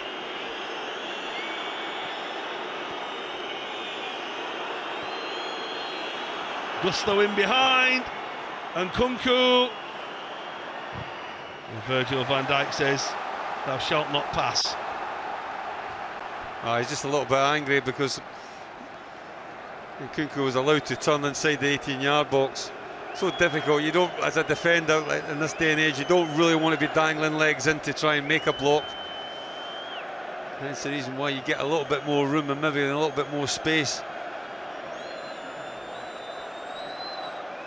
Well, it's a game of 34 attempts at goal. This is more than likely going to be 35 when it comes next, or the next one will be 35, and it's going to come right at the end of the first period of extra time. Fernandes towards Palmer, and Kelleher will make a comfortable grab. Colwell tries to prevent the quick throw out and the counter-attack from Liverpool. Tsimikas on the charge. Into time added on at the end of the first half. It's 1 minute. That's McConnell. That's Endo. There were plenty of red shirts forward, but there weren't many of them that were away from the man. That's towards Dan's, but that's Petrovic's all day long. Good anticipation from the goalkeeper again. Good starting position as well. Starting position has to be right if you're going to come all that distance. Palmer. Great tackle by McConnell. That's brilliant from the youngster. And Clark not quite able to take it in. The ball just died a little on him, so he couldn't let it roll across him. Madueke, and that's for Mudryk, and Kelleher's coming. And Kelleher's getting it as well. Made it look rather straightforward. That's not good from Chilwell. And that's Van Dijk, and that's the end of the first period of extra time, and it's still all square, and it's still 0-0. And while Chelsea have had a little push, it's Jadon Dance who's gone closest to scoring. Yeah, I think Liverpool will be happy. I think there's a little bit more energy with the youngsters coming on, but it's still very much in the bounds, this game. As I said before, it's very seldom you see 30 minutes of extra time, and it's exhilarating stuff. Most of the players are absolutely out on their feet. Obviously the substitutes that have come on are a little bit fresher. Well, the teams that will be happiest about this will be Leeds United and Southampton, because that's who these two sides play in midweek. But right now out there you can see that there's encouragement, there are instructions. Colwell probably doesn't need many instructions because he's been absolutely outstanding today. He has put in one of, a performance that Thiago Silva will be proud of, I think is the best way to put it for Chelsea terms. Yeah, he's been very much influenced the game and defensive in areas of the pitch where Chelsea have been lacking at times throughout the course of the season as a centre back. But Colwell coming back in, I think, has performed exceptionally well. It'll be interesting. If this does go all the way to penalties, it's always a case of who's going to step up. When you look at Liverpool's finishing 11, it's very much throw them up in the air and see what comes down. But for Chelsea, they have designated penalty takers who have done it many times for them down the Jarell Quansah is going to come on for Liverpool. That's just to take the average age down by a couple of notches. I'm not sure you want as a centre back to come on at this stage of the game. I certainly wouldn't have wanted it. Well, Liverpool's sixth substitute of the game. It's almost like a pre-season game, isn't it? And then again, you'd say it's almost like a pre-season team that Liverpool have out with all the injuries they have and the players unavailable. When you dig into the ranks of the youth, did they ever think when they were on tour in the Far East and doing so well, these young boys, that 6-7 months down the line they'd be playing in a League Cup final at Wembley?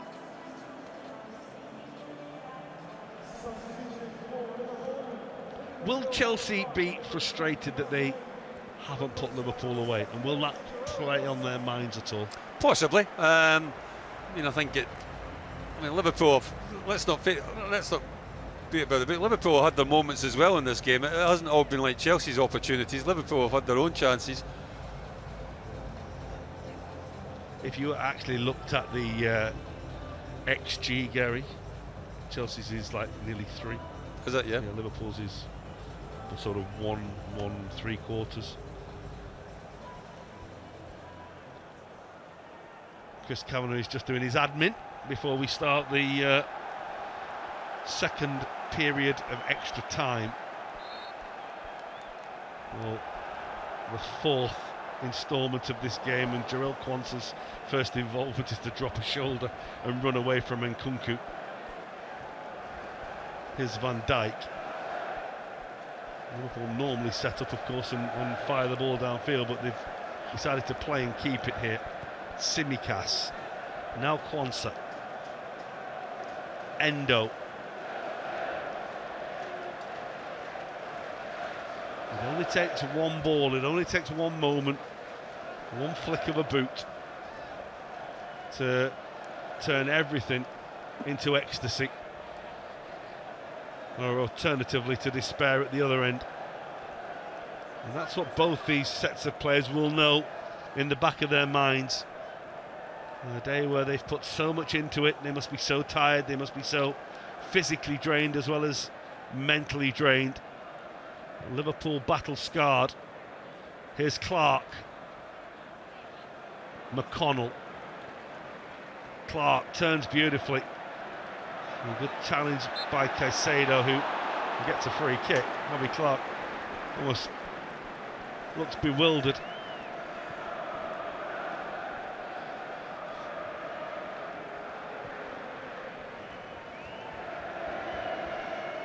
And some players have let their strappings come off their socks and the socks are rolling down. That was something that you'd always associate with Wembley Cup finals that went to extra time in the old days. Disasi's decided to pull his shorts right up. He's almost wearing hot pants now. That's Caicedo. That's a good little win. And it's going to be a foul and a yellow card from McConnell.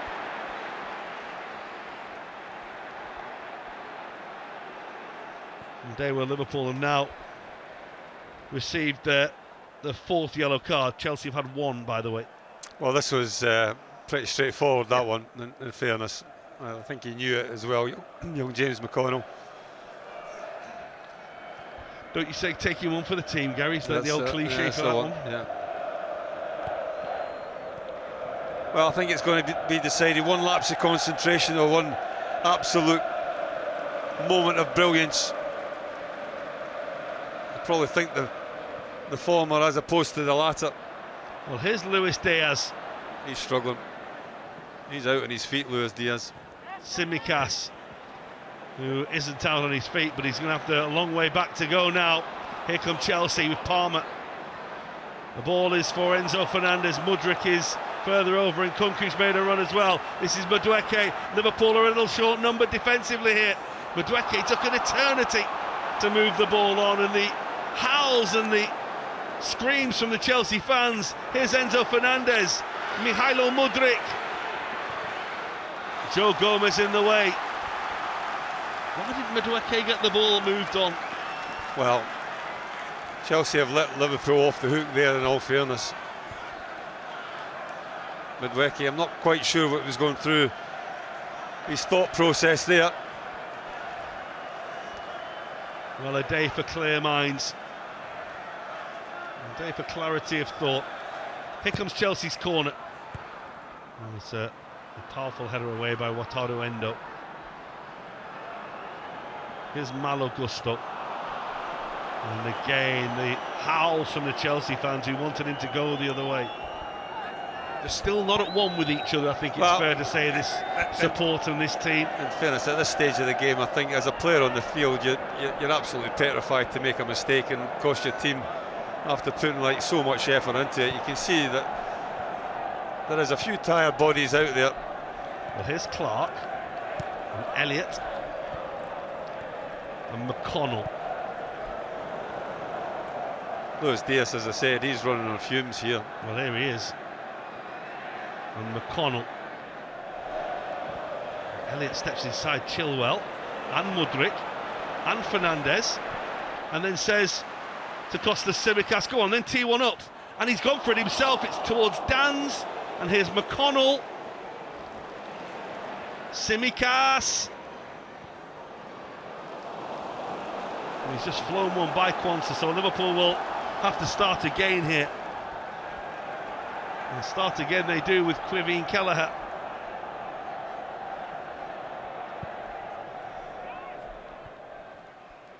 It's like having someone like Glenn Hoddle in goal, being able to come out and play the balls he does. Endo. Lovely ball for Dan's. Can't squeeze it for Luis Diaz. Great feet again by Malo Gusto. In steps Endo, he's ridden that challenge. And here come Chelsea again. Madueke won't make the second mistake twice, will he? Here he goes on his own. And it's saved by Kelleher and held at the second attempt vitally by the Irishman. Well, like so often we see wide players that they want to cut in on the favourite foot and have a shot. A little deflection coming off. Well, I think it comes off Kwanzaa and is it James McConnell as well. That made it horrible, didn't it, for him? Yeah, just bouncing. Ask any goalkeeper, like the one they hate is that one, just bouncing in front of them. Already making ground to make a save. The deflection's taking it a little further away from you, and it's going to make it bounce as well. Gomez. McConnell.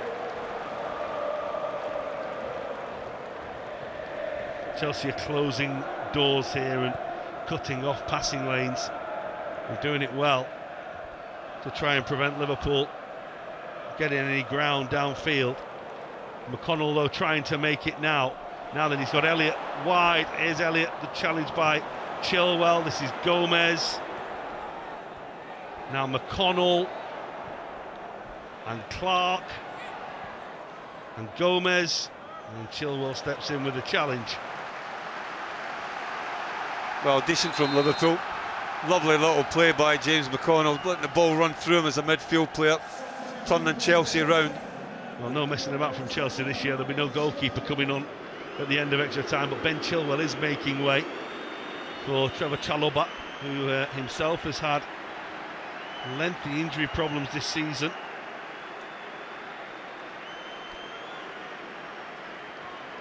Well, I think he's not played well, he's been injured quite a bit as Chilwell, so he's done well to last this long. I think even in the first 90 minutes, like you could see that he was stretching a little bit, trying to loosen his legs a little. Makes sense, I think, that. He had a hamstring injury back in August, but it dragged on and on for Trevor Chalobah, for a player who actually came to the fore really well for Chelsea last season. Well, there you go, a little over 7 minutes to go of this Carabao Cup final. Gomez looking long with the throw. It's half away, and McConnell, and the swing was by Kostas Tsimikas with his wrong foot, his right foot. And it was a swing. And by the way, had it been a little away from the goalkeeper, that could have just flown into the top corner. As it was, as a few of them have today from both sides. They've flown straight at the goalkeeper. Great read by Tsimikas. Well, he's trying to find the right pass, which isn't easy at this stage of the game with so many tired bodies. Clark's cross. It is blocked by Caicedo. Madueke away from McConnell. He's running away from everyone here. There's Noni Madueke. Oh, he's played a pretty poor pass. Did really well when he came on the downfield, looked really threatening, but he's not made the most auspicious start here. Well, he's one of these players that looks really, really dangerous when he's running at you, but then that final pass into the box, or like final decision making, it just let them down at this moment in time. Elliott running into traffic. He's done well to keep hold of possession now, Liverpool. Here's Wataru Endo. Luis Diaz. Has he got one last little bit of magic for us? As Gary says, he's absolutely dead on his feet. Here's the Colombian. You see him rubbing his thigh there. They just tighten up, don't they, your legs? Used to be in the old days, of course. It was a real energy-sapping pitch at Wembley. It's more like every other pitch they play on now. Here's Elliott for Liverpool, round the corner and round the back they go for Clark. Now Tsimikas. Elliott! Dance! It's in for Liverpool, is it? It's not! Petrovic has saved it on the goal line. The referee looked to his arm as though the vibration was going to give Liverpool a goal, and it didn't go off, and Chelsea somehow survive. Oh, that's a good header by Harvey Elliott. He does everything right. He hits it, heads it down. It's a difficult. I think it actually comes off the post, and then the follow-up. Dan's, well, a couple of Chelsea players there, but fortunately for them, it just falls into the hands of the goalkeeper. Yeah, we all felt the same way, Mohammed. We all felt the same way. We thought that was the moment. Chalobah. Chelsea have just changed things around now with Malo Gusto coming over to left back. He did play over there when Chilwell was out. It just means they don't quite have the same dynamic on that side with Chalobah out there. No disrespect to him, but Gusto's a flying machine.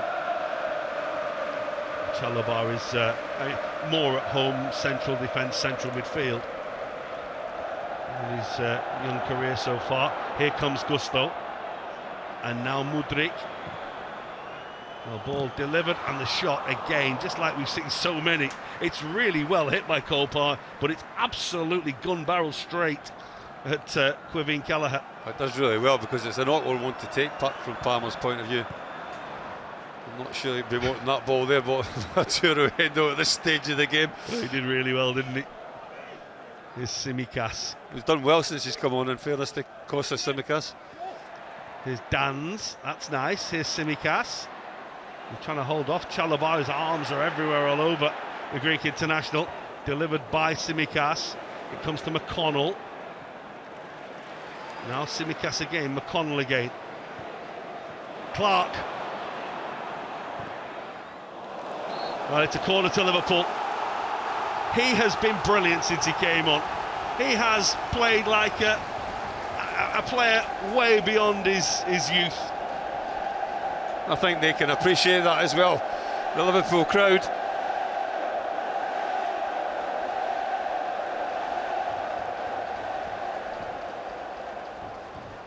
Oh, they were so close moments ago, Liverpool. And can they get that goal? Can they crown this day of what would be one of the most famous Wembley wins they've ever had? There's the delivery. Van Dijk! Yes! It's absolutely amazing! Legend is written for Virgil van Dijk and these Liverpool teenage sensations. You cannot believe how they do it, time after time after time. Led by that man Virgil van Dijk, riddled by injury, battle-scarred, battle-hardened. Liverpool have scored late in extra time. You cannot believe it. Mentality monsters. Yes, they are. Well, he got the first one chopped off, I'm sure. Hopefully, keep our fingers crossed. We're praying that this one certainly counts and it doesn't get chopped off. You never know with VAR, but does he attack it well? Of course he does. He gets his head on it. A little glancing header on this occasion, and it finds the back of the net. And hopefully, fingers crossed, Liverpool have got that goal. Can it be the winner? Could it be the winner? Oh, keep our fingers crossed, please, please, please. The celebrations were as big as anything you've ever seen. What a header by Virgil van Dijk, who knew instinctively what he'd done. Well, he just gets in front of Diassi. Nobody blocks him. Nobody stands in front of him and blocks him. So he's got the run. He's certainly going to out-jump Modric at the near post, and it's all about just can he get that header on target. It's just a little glancing header. It's a lovely little glance, and it just skids off the greasy surface into the far corner.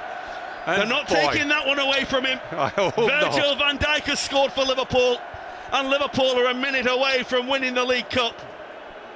Now Chelsea have to try to find something in the little time that remains. It's Van Dijk with the block, and now it's all hands to the pump defensively. The Chelsea end is emptying. The Chelsea end is silenced. It's all about Liverpool.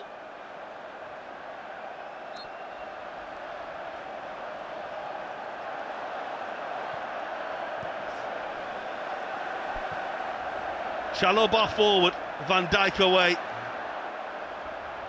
Van Dijk away again, Liverpool free kick. 3 minutes are being added on.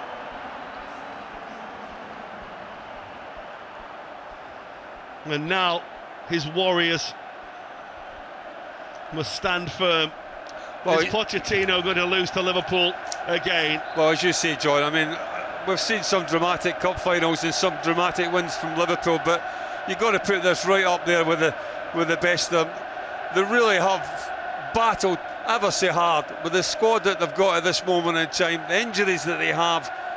This will be an absolutely immense achievement if they were to go on and win this cup. Kevin Kelleher will fire long downfield towards Jadon Danns, his second substitute appearance for Liverpool. Out there, remember, with the likes of Bobby Clark and James McConnell and Conor Bradley, who was out there, and Jarell Quansah. Chelsea have a couple of minutes to rescue this. It's Enzo Fernandez. The ball is for Malo Gusto, who delivers well, but it's McConnell who heads away, and Elliott helps it away, and Luis Diaz, who's out on his feet, is still going for Liverpool here, and he's found Bobby Clark, who was clipped by Cole Palmer, who gets a yellow card. Well, that's just a token yellow card, isn't it, at the end of the day? I mean, it was a yellow. He had a flick at the Liverpool player. Well, both sides could easily have won this game. Both sides have had chances to win this game, but ultimately Virgil van Dijk has scored for Liverpool. And now Liverpool are closing in, and now Liverpool are taking their time restarting the game. Joe Gomez is going to get a yellow card for delaying the restart. Funny thing is, had the referee actually let that go, Chelsea would have been on goal, because Van Dijk didn't actually do anything with the ball, he just let it roll through him. There's so much you could pick about this game that you could be picky about and chippy about, but if you win it at the end of the day, you don't mind, do you, Gary? Here it comes, McConnell. Danns will chase. Liverpool could do with keeping the ball down there. Jadon Danns, teenage kicks for him.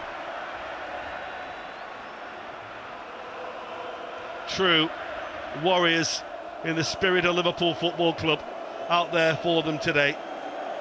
We are coming to the end as Chelsea try to mount one last charge. It's everyone up now for Chelsea. Up goes Gomez. Gomez again. And Elliott will get the ball and will just head off. And there goes the final whistle. And Liverpool produce perhaps their greatest ever Wembley win. It's quite astonishing. The kids are all right for Liverpool. The kids have done it for Jürgen Klopp. And for the 10th time, Liverpool have won the League Cup. Virgil van Dijk is mobbed. He's the hero that won it for them. But it's not just about him. It's about all those warriors in red today. It is an historic day for Liverpool. And the smiles and the celebrations tell you all you need to know. What a day, what a performance, what heroes. Well, the manager's going to lead them up there. Virgil van Dijk is making his way up as well, as Jürgen Klopp makes the journey to get his medal. His final season will end with silverware. Liverpool have done it again. Liverpool have defied belief again, but they always defy belief. It's what Liverpool are. Virgil van Dijk's the man of the match, by the way. That winning goal at the end of extra time may have just tipped the odds in his favour. But for everyone else down there, it is just pure exhilaration. It is pure joy. And no one more happy than Jürgen Klopp right now.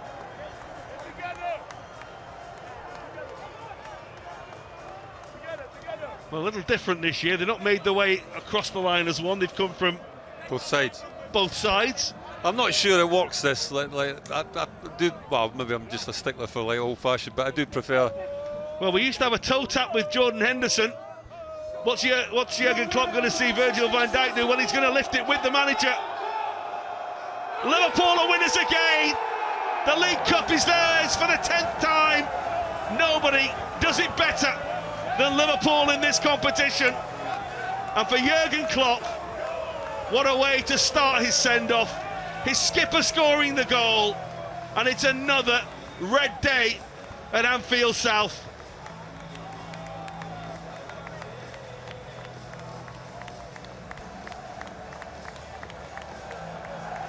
There was a time, of course, that a very famous friend of Mr. Gillespie's once said, "You don't win anything with kids." Liverpool did today. Well, that's very, very true. I think he regrets that ever saying that, but well, you just need to look along that line there. I mean, Kevin Keller is not the oldest either, is he? In all fairness, neither is Konate. So you know, it is possible, especially if you've got a group of like really talented kids that have learnt the right way. They've learnt the Liverpool way, and at this moment in time, the Liverpool way is the winning way.